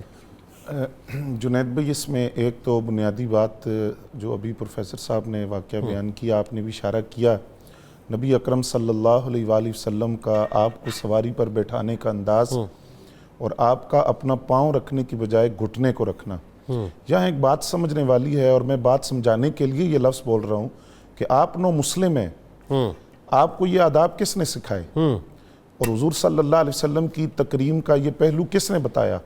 اس کا مطلب یہ ہوا کہ قرآن مجید کے ساتھ آپ کو اتنی محبت تھی کہ قبول اسلام سے پہلے بھی قرآن مجید کے سارے مضامین آپ کے سامنے تھے، اور آپ یہ بات جانتی تھی کہ خود رب کائنات نے یہ سارے آداب سکھائے ہیں کہ بارگاہ رسالت میں آپ کے آداب کیا ہوتے ہیں اور اس میں تعظیم و تکریم کس طرح بجا لائی جاتی ہے، اور وہ بات جانتی تھی کہ قرآن نے کہا ہے کہ ان کا نام اس طرح نہ لو جس طرح آپس میں ایک دوسرے کا نام لے کر پکارتے ہو، حجرے کے باہر سے ان کو آوازیں نہ دو، ان سے آگے بڑھنے کی کوشش نہ کرو، اپنی آواز کو ان کی آواز سے بلند نہ کرو۔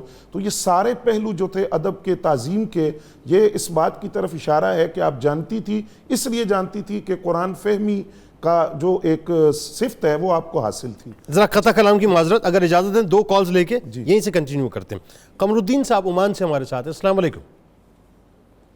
وعلیکم السلام جی وعلیکم السلام جناب۔ آپ کا پروگرام بہت اچھا ہے ماشاءاللہ۔ جی بہت شکریہ، بڑی مہربانی، بہت شکریہ جناب۔ عمان سے کال کر رہے ہیں آپ؟ جی سر، میں عمان سے کال کر رہا ہوں۔ جناب فرمائیے، کیا پوچھنا چاہتے ہیں؟ سر میں یہ چھوٹے سے سوال ہے میرے 2، ایک یہ کہ اگر کیا ہو جائے روزے کی حالت میں کیا ہو جائے تو کیا اس سے روزہ جاتا ہے، اور دوسرا یہ تھا کہ نبی پاک صلی اللہ علیہ وسلم آپ نے جو تراویح، نماز تراویح آپ نے جو پڑھی ہیں وہ ان کی تعداد کیا آتی ہے اور کیا پورا مہینہ آپ نے پڑھی ہے؟ اوکے، بالکل آپ کو بتاتے ہیں، بہت شکریہ آپ نے ہمیں جوائن کیا۔ محمد اسلم صاحب لاہور سے ہمارے ساتھ ہیں، السلام علیکم۔ وعلیکم السلام، محمد اسلم لاہور سے بول رہا ہوں جناب۔ ابھی 14 تاریخ کو میں نے عمرے پہ جانا ہے انشاءاللہ۔ صفا سے جو چکر شروع ہوگا، صفا سے مروہ تک جائیے تو ایک ہوگا، یا مروہ سے واپسی صفا پہ پہنچیے تو ایک ہوگا؟ اچھا، صفا مروہ کی جو صحیح ہے وہ آپ کو بتلاتے ہیں۔ بالکل ٹھیک، بالکل ٹھیک ہے، بالکل ٹھیک ہے، بہت شکریہ آپ نے ہمیں جوائن کیا۔ اچھا جی، ایک تو یہ کہ اپنا روزے میں اگر کیا ہو جائے تو پھر کیا کیجیے؟ جی کہ اگر منہ بھر کے ہو تو اس سے روزہ ٹوٹ جائے گا۔ بالکل ٹھیک ہے۔ اور دوسرا تراویح جو سرکار علیہ السلام نے کس طرح سے ادا کی، کتنی رکعت ادا کی؟ نبی اکرم صلی اللہ علیہ وسلم نے جو نماز تراویح ہیں وہ 20 رکعت ماہ رمضان میں 3 دن مسلسل جماعت کے ساتھ پڑھائی۔ ٹھیک ہے۔ چوتھے دن آپ تشریف نہیں لائے، صحابہ کرام انتظار میں رہے، پھر آپ رات کا اکثر حصہ گزرنے کے بعد تشریف لائے، اور آپ نے نہ آنے کی وجہ یہ بیان کی کہ اگر آج بھی میں نماز تراویح جماعت سے پڑھاتا تو اندیشہ تھا کہ یہ فرض نہ ہو جائیں، فرض قرار نہ دے دی جائیں۔ پھر اس کے بعد با جماعت تراویح باقاعدہ طور پر حضرت سیدنا فاروق اعظم رضی اللہ تعالیٰ عنہ کے دور میں حضرت ابی ابن کعب رضی اللہ تعالیٰ عنہ کی امامت میں آپ نے امت کو جمع کیا، نماز تراویح جماعت کی صورت کے اندر 20 رکعت ہی نماز تراویح پڑھی جائے۔ بالکل ٹھیک ہے۔ صفا مروہ کی جو صحیح ہوتی ہے تو یہ جو 7 چکر ہیں کس طرح سے، مطلب یہ جا کے واپس آنے سے ایک چکر مکمل ہوگا، یہ کس طرح سے ہوگا؟ جی صفا سے مروہ ایک چکر ہے، مروہ سے صفا یہ دوسرا چکر ہے۔ اوکے، تو یہ اس طرح سے 7 چکر۔ یہ اس طرح 7 چکر۔ آپ اپنی بات کنٹینیو کیجئے جو فرما رہے تھے۔ جی میں عرض کر رہا تھا کہ ازواج مطہرات کے والے سے ایک تو یہ پہلو ہمیں یاد رکھنا چاہیے کہ یہ اللہ کا انتخاب ہے۔ جب ہم یہ بات کرتے ہیں کہ اللہ کا انتخاب ہے تو اس کی گہرائی میں ہمیں جانا چاہیے۔ جب اللہ کا انتخاب ہے، رب نے خود منتخب فرمایا ہے ازواج مطہرات کو اپنے حبیب کی نسبت کے لیے، عقد اور زوجیت کے لیے، تو یہ خدا ہی جانتا ہے ان کے تقوی کا، زہد کا، وفا کا، ان کی عبادت کا، ان کے عشق کا، نبی علیہ السلام کے ساتھ ان کی محبتوں کا عالم کیا ہوگا۔ اور یہ خدا ہی جانتا ہے۔ حضرت خدیجۃ الکبریٰ رضی اللہ تعالیٰ عنہا ہوں، حضرت سودا بنت زمع رضی اللہ تعالیٰ عنہا ہوں، حضرت حفصہ بنت عمر ہوں، حضرت سیدہ عائشہ صدیقہ ہوں، حضرت ماریہ قبطیہ ہوں، حضرت جویریہ ہوں، حضرت زینب ہوں، حضرت صفیہ ہوں، حضرت ام سلمہ ہوں، حضرت ام حبیبہ ہوں، اور جتنی ازواج مطہرات ہیں ان کے دلوں کا تقوی، ان کی عبادت اور ان کی وفا کو اللہ ہی جانتا ہے۔ میں یہاں ایک مثال کے طور پر عرض کروں گا، جب نبی اکرم صلی اللہ علیہ وسلم کا نکاح ہو گیا گیا جس خیمے میں آپ ٹھہرے ہوئے تھے. جب صبح ہوئی تو آپ نے دیکھا کہ حضرت ابو ایوب انصاری رضی اللہ تعالیٰ عنہ تلوار لے کر اس خیمے کے باہر کھڑے ہیں. تو آپ نے پوچھا کہ آپ یہاں کیا کر رہے ہیں؟ انہوں نے کہا حضور میں ساری رات جاگ کر پہرا دیتا رہا. وجہ کیا ہے؟ انہوں نے عرض کیا حضور وجہ یہ ہے کہ حضرت صفیہ رضی اللہ تعالیٰ عنہ جو ہیں ان کے والد، ان کے شوہر، ان کے چچا بھائی قتل ہوئے ہیں خیبر کے اندر. تو مجھے یہ خطرہ تھا کہ ان کی طرف سے آپ کو کوئی نقصان نہ پہنچے. اب یہاں جو یعنی ان کی طرف سے، جی ان کے قبیلے والوں کی طرف نہیں، سیدہ صفیہ کی طرف سے. میں اس کا جواب بھی عرض کرتا ہوں. سیدہ صفیہ کی طرف سے نقصان نہ پہنچ جائے. اس پر نبی علیہ السلام مسکرائے. یہاں محدثین کہتے ہیں یہ جو مسکراہٹ تھی نا، یہ حضرت سیدہ صفیہ کی وفا پر حضور مہر لگا رہے تھے، اور مسکرا کر آپ فرما رہے تھے کہ تمہارے دل میں جو خطرہ آیا ہے وہ خطرہ نہیں ہے، ان کے خاندان کی طرف سے تو وہ خطرہ ہو سکتا ہے، لیکن سیدہ صفیہ رضی اللہ تعالیٰ عنہ کو جو نسبت مل گئی ہے اور جو زوجیت کا شرف مل گیا ہے، ان کی وفا شیاری اب اپنی مثال آپ ہے. یہ مسکراہٹ جو تھی یہ حضرت سیدہ صفیہ رضی اللہ تعالیٰ عنہ کی محبت کو، ان کی وفا کو اور عشق کو نبی علیہ السلام اس مسکراہٹ کے ذریعے بیان کر رہے تھے، اور مہر تصدیق اس بات پر ثبت کر رہے تھے کہ ابو ایوب آپ جو بات سوچ رہے ہیں وہ بات اس طرح نہیں ہے. اور میں نے حضرت سیدہ صفیہ رضی اللہ تعالیٰ عنہ کو، ان کے دلی کیفیات کو، قلبی کیفیات کو جان لیا ہے. نسبت رسول کی وجہ سے، عقد اور زوجیت میں آنے کی وجہ سے اب ان کا جو دل ہے وہ بالکل پاک صاف ہے، اور وفا شیاری کی اور پیکر وفا ایک ہیں، اور ان کے حوالے سے کسی قسم کا وام نہیں آنا چاہیے. بالکل ٹھیک ہے.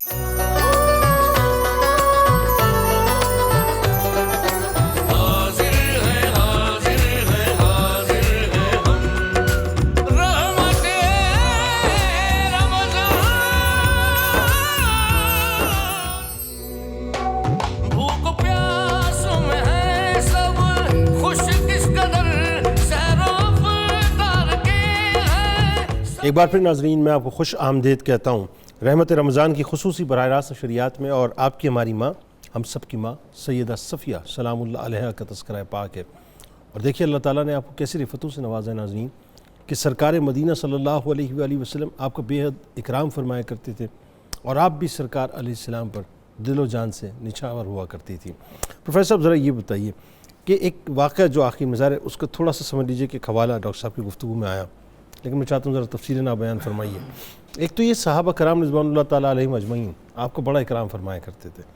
دوسرا حضرت عثمان بن عفان رضی اللہ تعالیٰ عنہ کا جو معاملہ ہوا، خاص طور پہ جب بلوائیوں نے آپ کے گھر کا جب گھیراؤ کیا تھا، اس وقت آپ نے بڑی بہادری، بڑی شجاعت کا ایک ثبوت دیا تھا، اور اپنے بیٹے کے لیے خاص طور پہ آپ باہر آئی تھیں. بتائیے ذرا. بات یہ ہے کہ آپ کو یہ جو عظمت ملی کہ آپ صلی اللہ علیہ وسلم نے آپ سے فرمایا کہ صفیہ تم یہ کہا کرو کہ میرا باپ ہارون، میرا چچا موسیٰ، میرا شوہر امام المرسلین.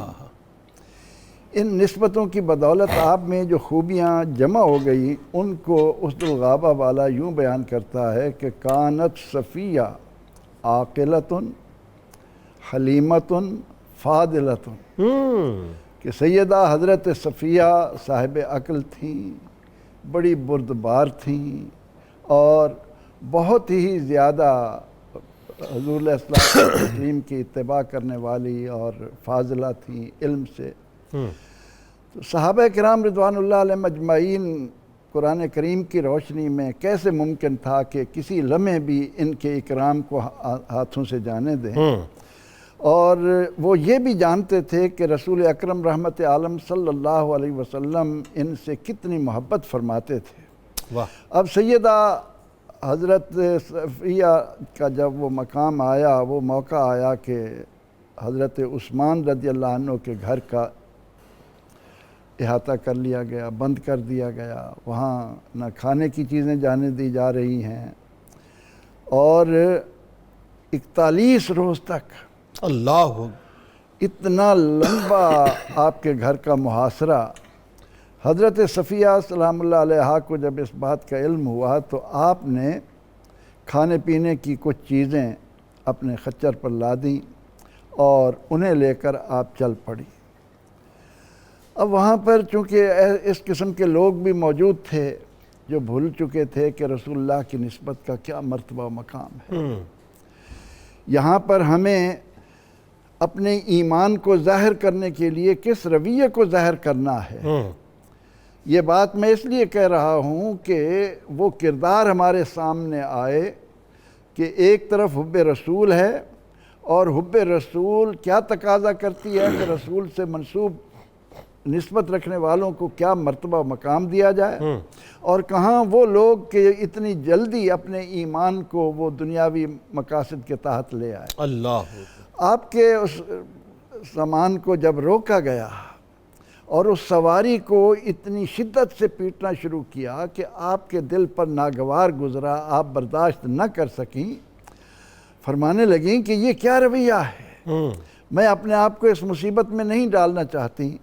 یعنی دوسرے لفظوں میں یہ تھا کہ جو لوگ بھی اس میں بڑھ کر بے ادبی کے مرتکب ہوں گے ان کے لیے دنیا اور آخرت کا عذاب اللہ نے تیار کر رکھا۔ بالکل ٹھیک ہے۔ تو آپ نے واپس جا کر سیدنا امام حسن رضی اللہ عنہ کو اس خدمت کے لیے آمادہ کیا اور راستہ بنایا اپنے حجرے سے حضرت عثمان رضی اللہ عنہ کے آپ کا حجرہ ساتھ ہی مطلب ساتھ، وہاں اوپر سے چھت سے راستہ بنا کر امام حسن مجتبیٰ علیہ السلام کے ذریعے آپ نے حضرت عثمان رضی اللہ عنہ کے ساتھ اپنی محبت اور عقیدت کو دنیا پر واضح کر کے ایک پیغام بھی دے دیا کہ عثمان بھی نبی رحمت صلی اللہ علیہ وسلم کے داماد ہیں اور یہ ایک ہی گھر ہے۔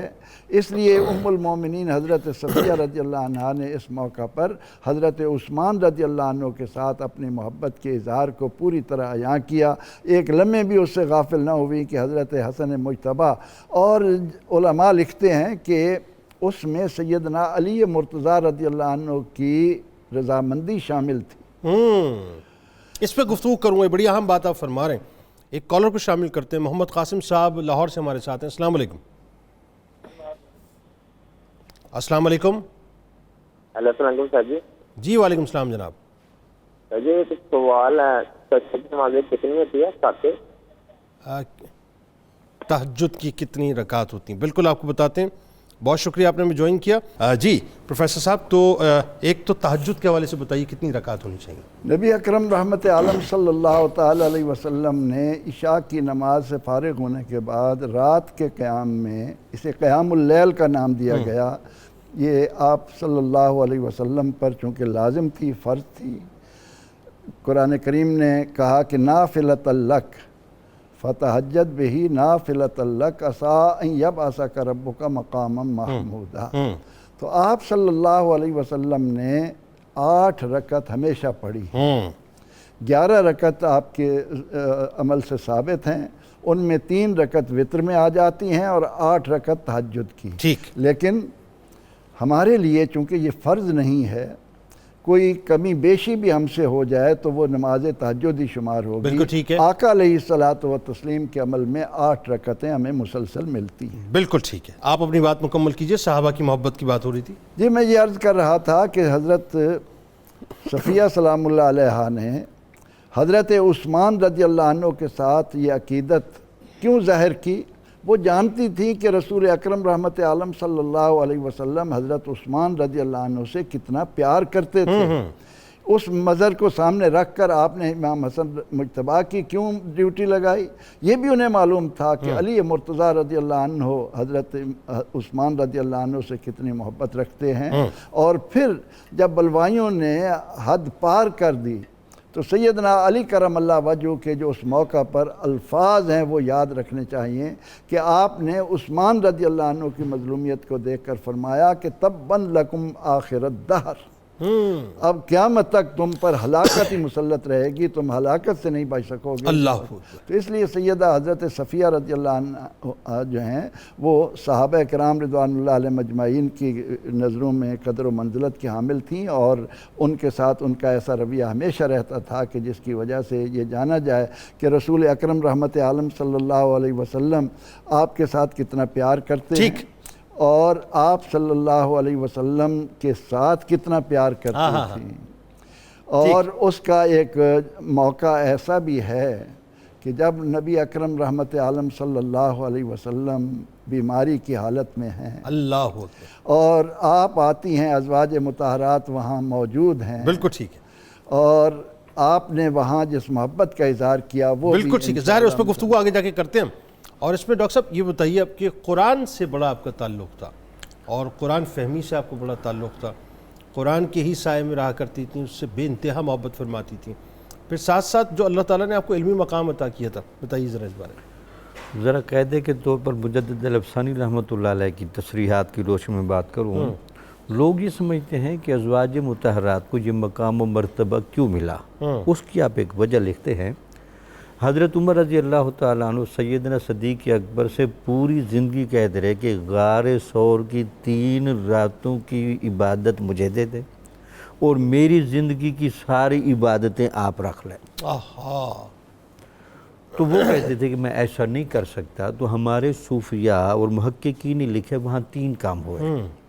ایک کام تو یہ تھا کہ غار ثور میں جب گئے تو لامحالہ قریش مکہ کا دباؤ، وہ واقعہ تھا، ایک وہ ٹینشن تھی. دوسرا غار کے اندر کا جو تنہائی کا ماحول، وہ ایک ٹینشن.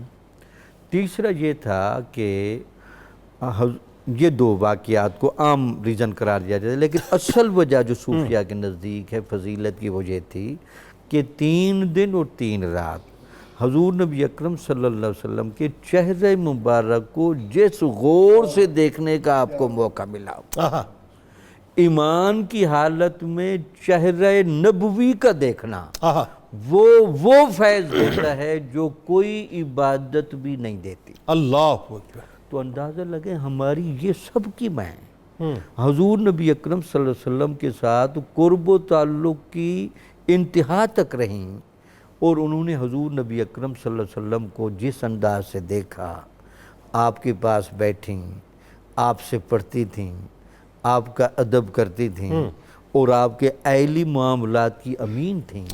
تو یہی وجہ تھی جو ان کا کوئی مقابلہ کیوں نہیں کر سکتا.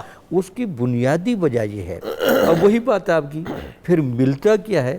اگر میں صوفیاء کی زبان میں کہہ دوں، صوفیاء سے جب پوچھا جائے یہ کشف و الہام آپ کو کیوں ہوتا ہے، وہ کہتے ہیں ہمیں کشف و الہام اس لیے کثرت کے ساتھ ہوتا ہے کہ ہم ریاضات و مجاہدات کے ذریعے جب قرب نبوی میں جاتے ہیں تو فیوزات اور علومات کا سمندر امڈ پڑتا ہے. اللہ اکبر. اچھا، ہمارے اولیاء کو امڈ پڑتا ہے جو رہتی ہی گھر میں ہیں، جو رہتی ہی پاس ہیں، تو ان کو کیا صداقت نہیں ملی، اللہ کیا علم نہیں ملا، اللہ کیا معرفت نہیں ملی، کیا چاشنی نہیں ملی، سبحان اللہ، کیا لطف نہیں ملا. سبحان. یہی وجہ تو تھی ان میں سے ہماری ماؤں میں سے ہر ماں عبادت میں لامثال، ذکر میں لامثال، قرآن فہمی میں لامثال، حلاوت میں لامثال، اور ذوق و شوق میں لامثال. اسی لیے گواہیاں ملتی ہیں کہ جب لوگ حج کرنے آتے، بالخصوص کوفہ کی عورتیں،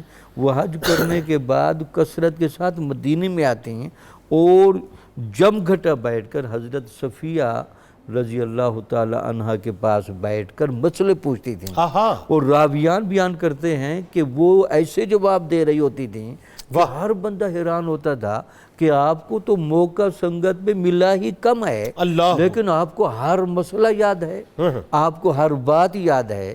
تو وہ جملہ جو صوفیاء والا ہے، چہرہ نبوی علم دیتا ہے، معرفت دیتا ہے، اصل قرآن ہے. جن کو وہاں موقع ملے وہ ساری چیزوں کی یہاں فراوانی ہے. اچھا، اس سے مزید علاوہ دیکھیں، امام زین العابدین جیسی شخصیت جن کا علم اور معرفت کا استعارہ ہیں، وہ بھی آپ کے دسترخوان پر آتے ہیں. اچھا، آپ سے باتیں پوچھتے ہیں. اچھا، آپ سے دین سیکھتے ہیں. سبحان اللہ. اور آپ سے باقاعدہ روایات کو بیان کرتے ہیں. سبحان اللہ. تو اس سے زیادہ اعتبار آپ کیا دیکھیں گے کہ وہ گھر والے جن کو اور بھی بڑے ذرائع حاصل ہیں، لیکن وہ بھی ان دسترخوانوں پر آ کر علم کے، عمل کے، روحانیت کے موتی چن کر جاتے ہیں. جبکہ کمال بات یہ ہے کہ آپ یہ دیکھیں، اب یہاں پہ وہی بات آ گئی، سرکار علیہ السلام کا یہ سراپا معجزے والی بات ہے کہ کتنا کم وقت آپ کو ملا ہے، کتنا مختصر وقت ملا ہے. لیکن وہی بات ہے، اس مختصر وقت میں سرکار علیہ السلام نے آپ کو کیا کیا عطا کر دیا اور آپ نے کیا کیا وصول کر لیا کہ پھر آپ کو اللہ تعالیٰ نے ایک علمی مقام عطا کر دیا. کیا بات. بالکل ٹھیک. آخر میں یہ بتائیے ذرا کہ اللہ تعالیٰ نے جو آپ کو فہم و فراست عطا کی تھی، اور علمی مقام کے ساتھ ظاہر ہے جو اللہ تعالیٰ نے آپ کو ایک خاص قسم کا جو اپنا تدبر عطا کیا تھا، حکمت عطا کی تھی، پھر صداقت جو آپ کے لہجے میں تھی، آپ کے وجود میں تھی، بتائیے ذرا۔ جنید بھائی، میں نے جیسا پہلے بھی عرض کیا کہ جن کو اللہ تعالیٰ نے خود منتخب فرمایا ہو اپنے حبیب صلی اللہ علیہ وسلم کی زوجیت کے لیے، تو ان کو کن کن صفات عالیہ سے متصف فرمایا ہو۔ حضرت سیدہ صفیہ رضی اللہ تعالیٰ عنہا ام المومنین، آپ کے والد سے آپ کی ایک کنیز تھیں، وہ حضرت سیدنا فاروق اعظم رضی اللہ تعالیٰ عنہ کی بارگاہ میں بطور شکایت ایک بات عرض کرتی ہیں کہ حضرت سیدہ صفیہ رضی اللہ تعالیٰ عنہا ایک تو ہفتے کے دن کی تعظیم کرتی ہیں، ٹھیک ہے، اور دوسرا یہ ہے کہ وہ اپنے جو کچھ رشتہ دار ہیں ان کو تحائف وغیرہ بیچتی ہیں، یعنی یوم سبت کی جو ہے، یوم سبت یہودیوں میں یہود کے ہاں جو تعظیم کی جاتی ہے۔ بالکل ٹھیک ہے۔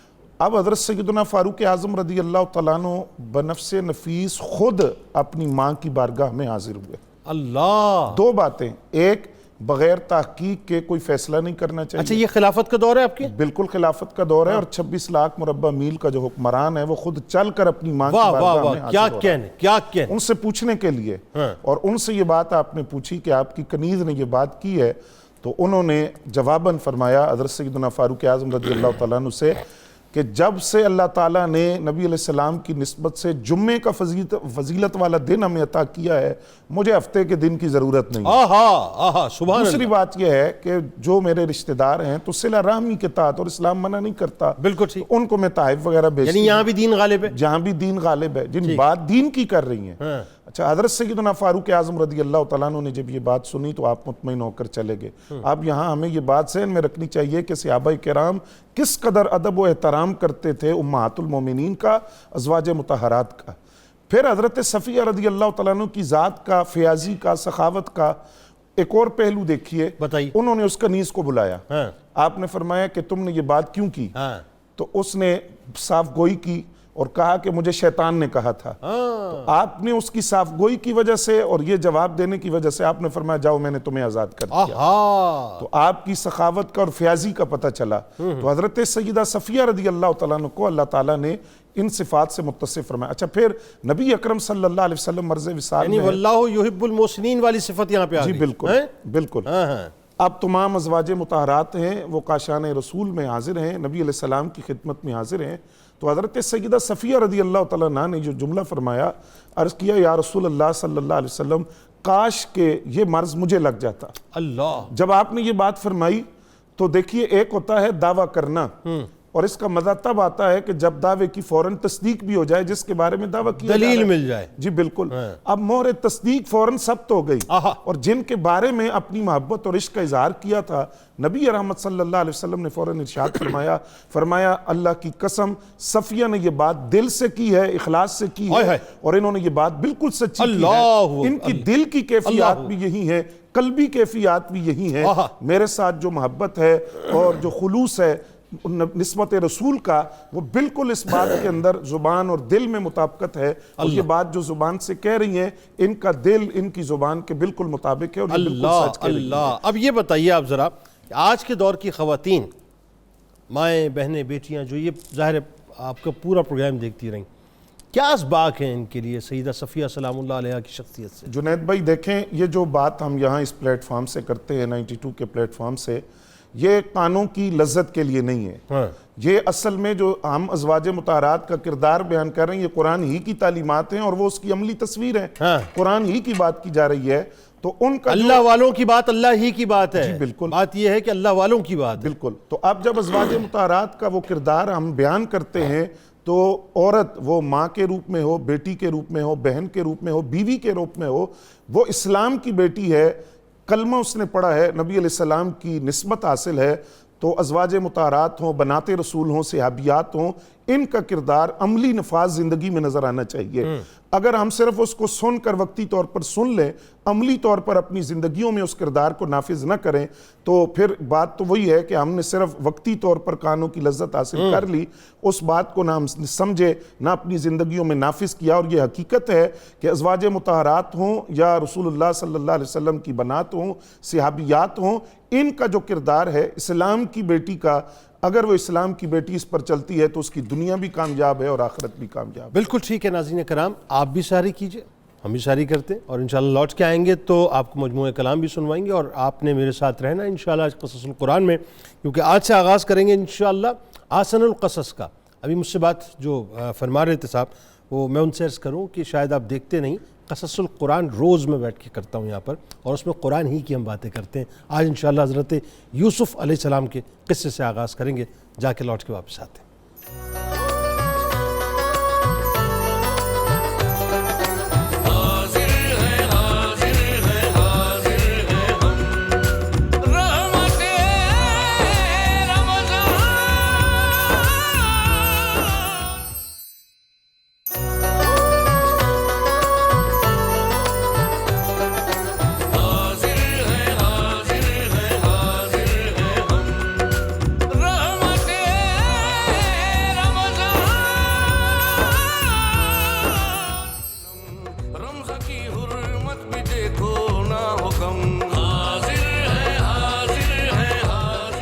ایک بار پھر ناظرین میں آپ کو خوش آمدید کہتا ہوں رحمت رمضان کی خصوصی براہ راست نشریات میں قصص القرآن کا سیگمنٹ، جس میں انشاءاللہ آج حضرت یوسف علیہ السلام کا واقعہ جسے قرآن آسن القصص کہتا ہے اس کا آغاز کریں گے۔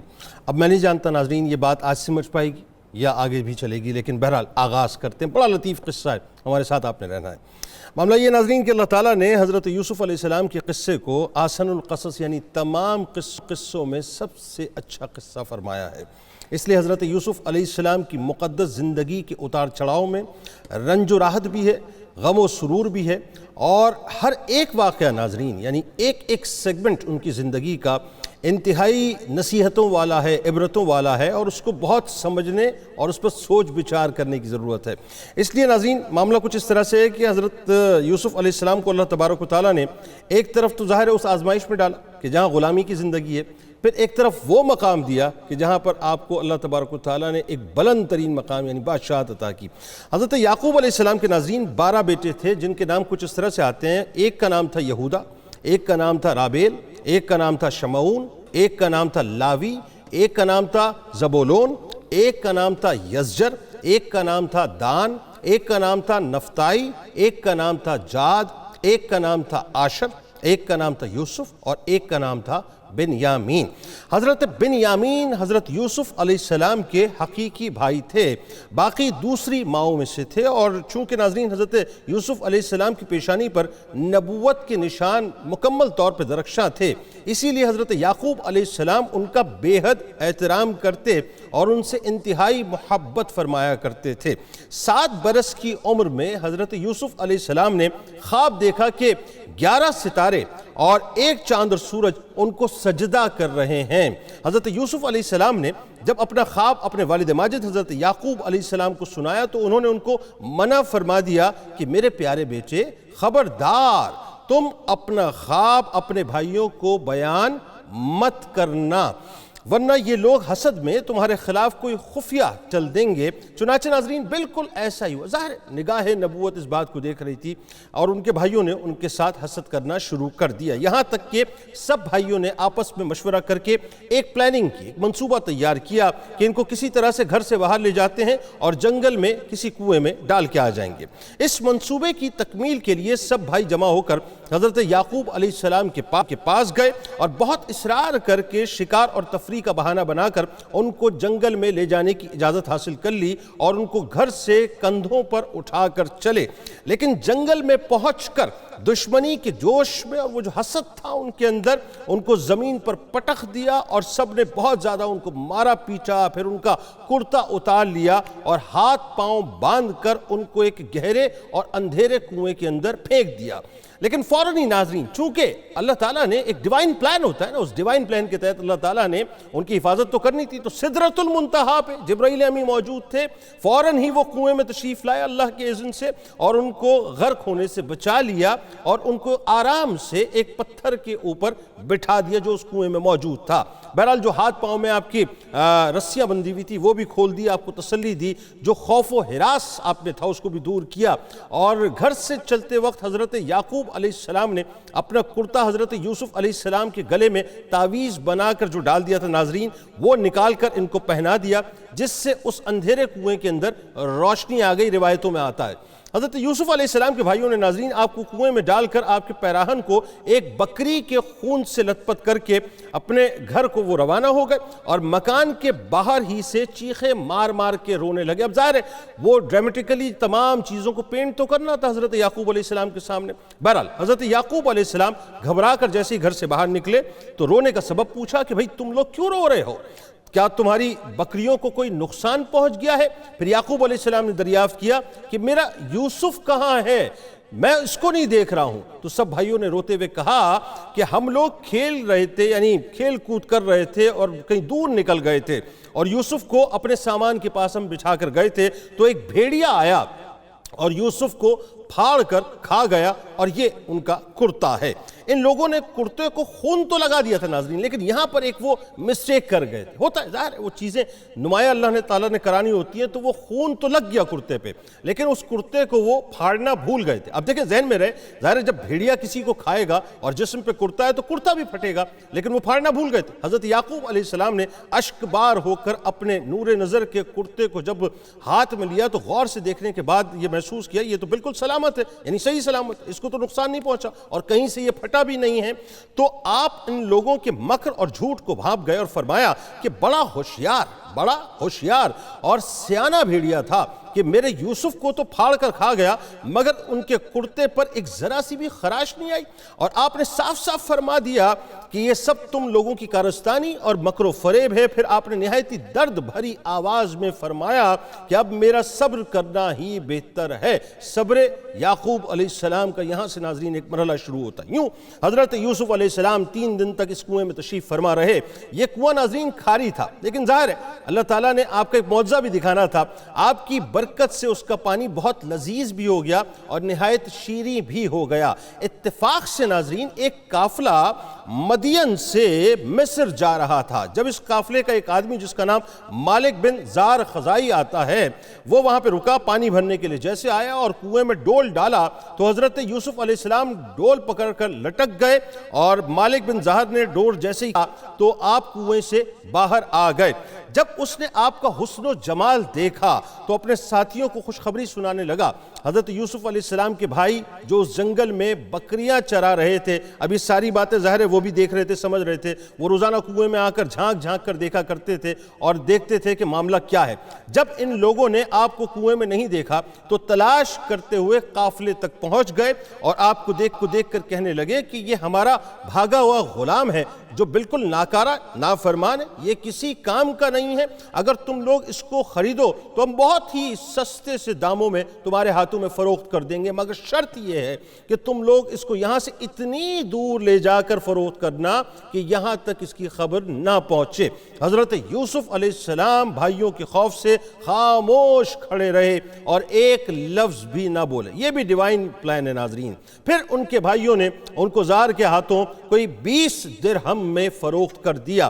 مالک بن زار ان کو خرید کر مصر کے بازار میں لے گیا اور وہاں عزیز مصر نے ان کو بہت ہی گراں قیمت میں خریدا، یعنی پہلے ان کو دیکھا اور دیکھنے کے بعد جب حسن پہ فریفتہ ہو گیا تو بہت زیادہ بھاری قیمت دینے کے بعد خرید لیا، اور اپنے شاہی محل میں لے جا کر اپنی ملکہ زلیخا سے کہا کہ تم اس غلام کو نہایت اعزاز و اکرام کے ساتھ اپنی خدمت میں رکھو۔ چنانچہ ناظرین آپ عزیز مصر کے شاہی محل میں رہنے لگے اور ملکہ زلیخا ان کے حسن و جمال پر مکمل طور پہ فریفتہ ہو گئیں۔ آپ نے معاذ اللہ کہہ کر انکار کر دیا اور صاف کہہ دیا کہ میں اپنے مولا عزیز مصر کے ساتھ خیانت کر کے ان کے احسانوں کی ناشکری نہیں کر سکتا۔ اس کے بعد آپ کے گھر میں ظاہر ناظرین ہوا یہ معاملہ کہ جب زلیخا نے جو ہے کہ پیچھے آنا چاہا تو جب وہ آپ کے پیچھے دوڑی تو پیچھے سے آپ کا پیراہن اس نے پکڑ لیا اور آپ کا پیراہن پیچھے سے پھٹ گیا اور آپ پیچھے یعنی آپ کے پیچھے زلیخا دوڑتی رہی صدر دروازے پہ، یعنی مین دروازے تک جب وہ پہنچی،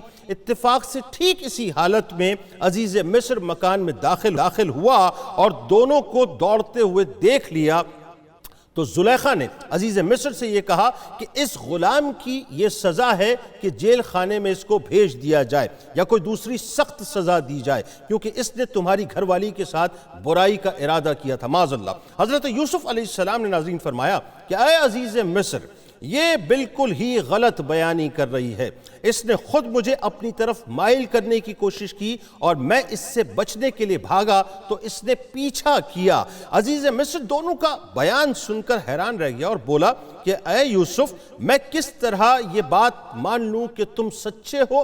تو آپ نے فرمایا کہ گھر میں 4 مہینے کا ایک بچہ جھولے میں لیٹا ہوا ہے جو زلیخا کے ماموں کا بیٹا ہے، اس سے دریافت کر لیں کہ واقعہ کیا ہے۔ عزیز مصر نے کہا کہ بھلا 4 ماہ کا بچہ کیا جانے کہ وہ کیا بولے گا اور کیسے بولے گا؟ تو حضرت یوسف علیہ السلام نے فرمایا کہ اللہ تبارک و تعالیٰ اس کو ضرور میری بے گناہی کی شہادت دینے کی قدرت عطا فرمائے گا، کیونکہ میں بے قصور ہوں۔ چنانچہ عزیز مصر نے جب اس بچے سے پوچھا تو اس بچے نے بآواز بلند فصیح زبان میں کہا کہ جس کو اللہ تبارک و تعالیٰ نے سورہ یوسف میں بیان کیا ہے کہ اگر ان کا کرتا آگے سے پھٹا ہے تو عورت سچی ہے اور انہوں نے غلط کہا، اور اگر ان کا کرتا پیچھے سے پھٹا ہے تو عورت جھوٹی ہے اور وہ سچے ہیں۔ بچے کی زبان عزیز مصر نے شہادت سن کر جو دیکھا تو ان کا کرتا پیچھے سے پھٹا ہوا تھا۔ تو اس وقت عزیز مصر نے حضرت یوسف علیہ السلام کی بے گناہی کا اعلان کرتے ہوئے کہا کہ بے شک یہ تم عورتوں کا فریب ہے، بے شک تمہارا فریب بڑا ہے۔ اے یوسف، تم اس کا خیال نہ کرو، اور کہا کہ اے عورت، تو اپنے گناہ کی معافی مانگ، بے شک تو خطا کاروں میں سے ہے۔ پھر زلیخا کے مشورے سے عزیز مصر نے حضرت یوسف علیہ السلام کو قید خانے میں بھجوا دیا۔ اس طرح اچانک حضرت یوسف علیہ السلام عزیز مصر کے شاہی محل سے نکل کر جیل خانے کی کوٹری میں چلے گئے، اور آپ نے جیل میں پہنچ کر یہ کہا کہ اے اللہ، یہ قید خانے کی کوٹری مجھے اس بلا سے زیادہ محبوب ہے جس کی طرف زلیخا مجھے بلا رہی تھی۔ پھر آپ 7 برس یا 12 برس جیل میں رہے اور قیدیوں کو توحید اور اعمال صالحہ کی دعوت دیتے اور واعظ فرمایا کرتے تھے۔ یہ عجیب اتفاق ہے ناظرین کہ جس دن آپ قید خانے میں داخل ہوئے اسی دن آپ کے ساتھ بادشاہ مصر کے 2 خادم، ایک شراب پلانے والا اور دوسرا باورچی، یعنی دونوں ہی جیل خانے میں داخل ہوئے، اور دونوں نے اپنا اپنا ایک خواب حضرت یوسف علیہ السلام سے بیان کیا اور آپ نے دونوں کے خوابوں کی تعبیر فرما دی جو کہ 100% صحیح ثابت ہوئی۔ اس لیے آپ کا لقب تعبیر دینے والا مشہور ہو گیا۔ اسی دوران مصر کے بادشاہ اعظم ریان بن ولید نے یہ خواب دیکھا کہ 7 فربا گائے کو 7 دبلی پتلی گائیں کھا رہی ہیں اور 7 ہری بالیاں ہیں اور 7 سوکھی بالیاں ہیں۔ بادشاہ اعظم نے اپنے درباریوں سے اس کا جواب طلب کیا، یعنی تعبیر دریافت کی، تو لوگوں نے اس کے خواب میں خواب پریشان اس کو کہہ کر اس کی کوئی تعبیر نہیں بتلائی۔ اتنے میں بادشاہ کا جو ساقی تھا جو قید خانے میں رہا کرتا تھا، اس نے کہا کہ مجھے اس خواب کی تعبیر معلوم کرنے کے لیے جیل خانے میں جانے کی اجازت دی جائے۔ چنانچہ وہ شخص اجازت ملنے پر جیل خانے میں حضرت یوسف علیہ السلام کے پاس گیا اور بادشاہ کا خواب بیان کر کے تعبیر دریافت کی کہ 7 دبلی گائیں اور 7 موٹی گایوں کو کھا رہی ہیں اور 7 ہری بھالیاں ہیں اور 7 سوکھی۔ حضرت یوسف علیہ السلام نے فرمایا کہ 7 برس تک مسلسل کھیتی کرتے رہو اور اس کے اناجوں سے بالیوں کو محفوظ کرتے رہو، پھر 7 برس تک خشک سالی رہے گی۔ قحط کے ان 7 برسوں میں یعنی کیا ہوگا یہ میں ناظرین آپ کو انشاءاللہ جا کے بتلاؤں گا۔ یہاں سلسلہ منقطع ہوگا، وقت کی کمی ہو گئی ہے۔ کل انشاءاللہ اسی سلسلے کو یہیں سے جوڑیں گے۔ شام 4 بجے میرے ساتھ رہیے گا افطار کی خصوصی براہ راست نشریات میں۔ اس دعا، اس امید، اس یقین کے ساتھ اجازت دیں۔ اللہ تعالیٰ آپ کا، ہمارا، ہم سب کا حامی و ناصر ہو، آمین۔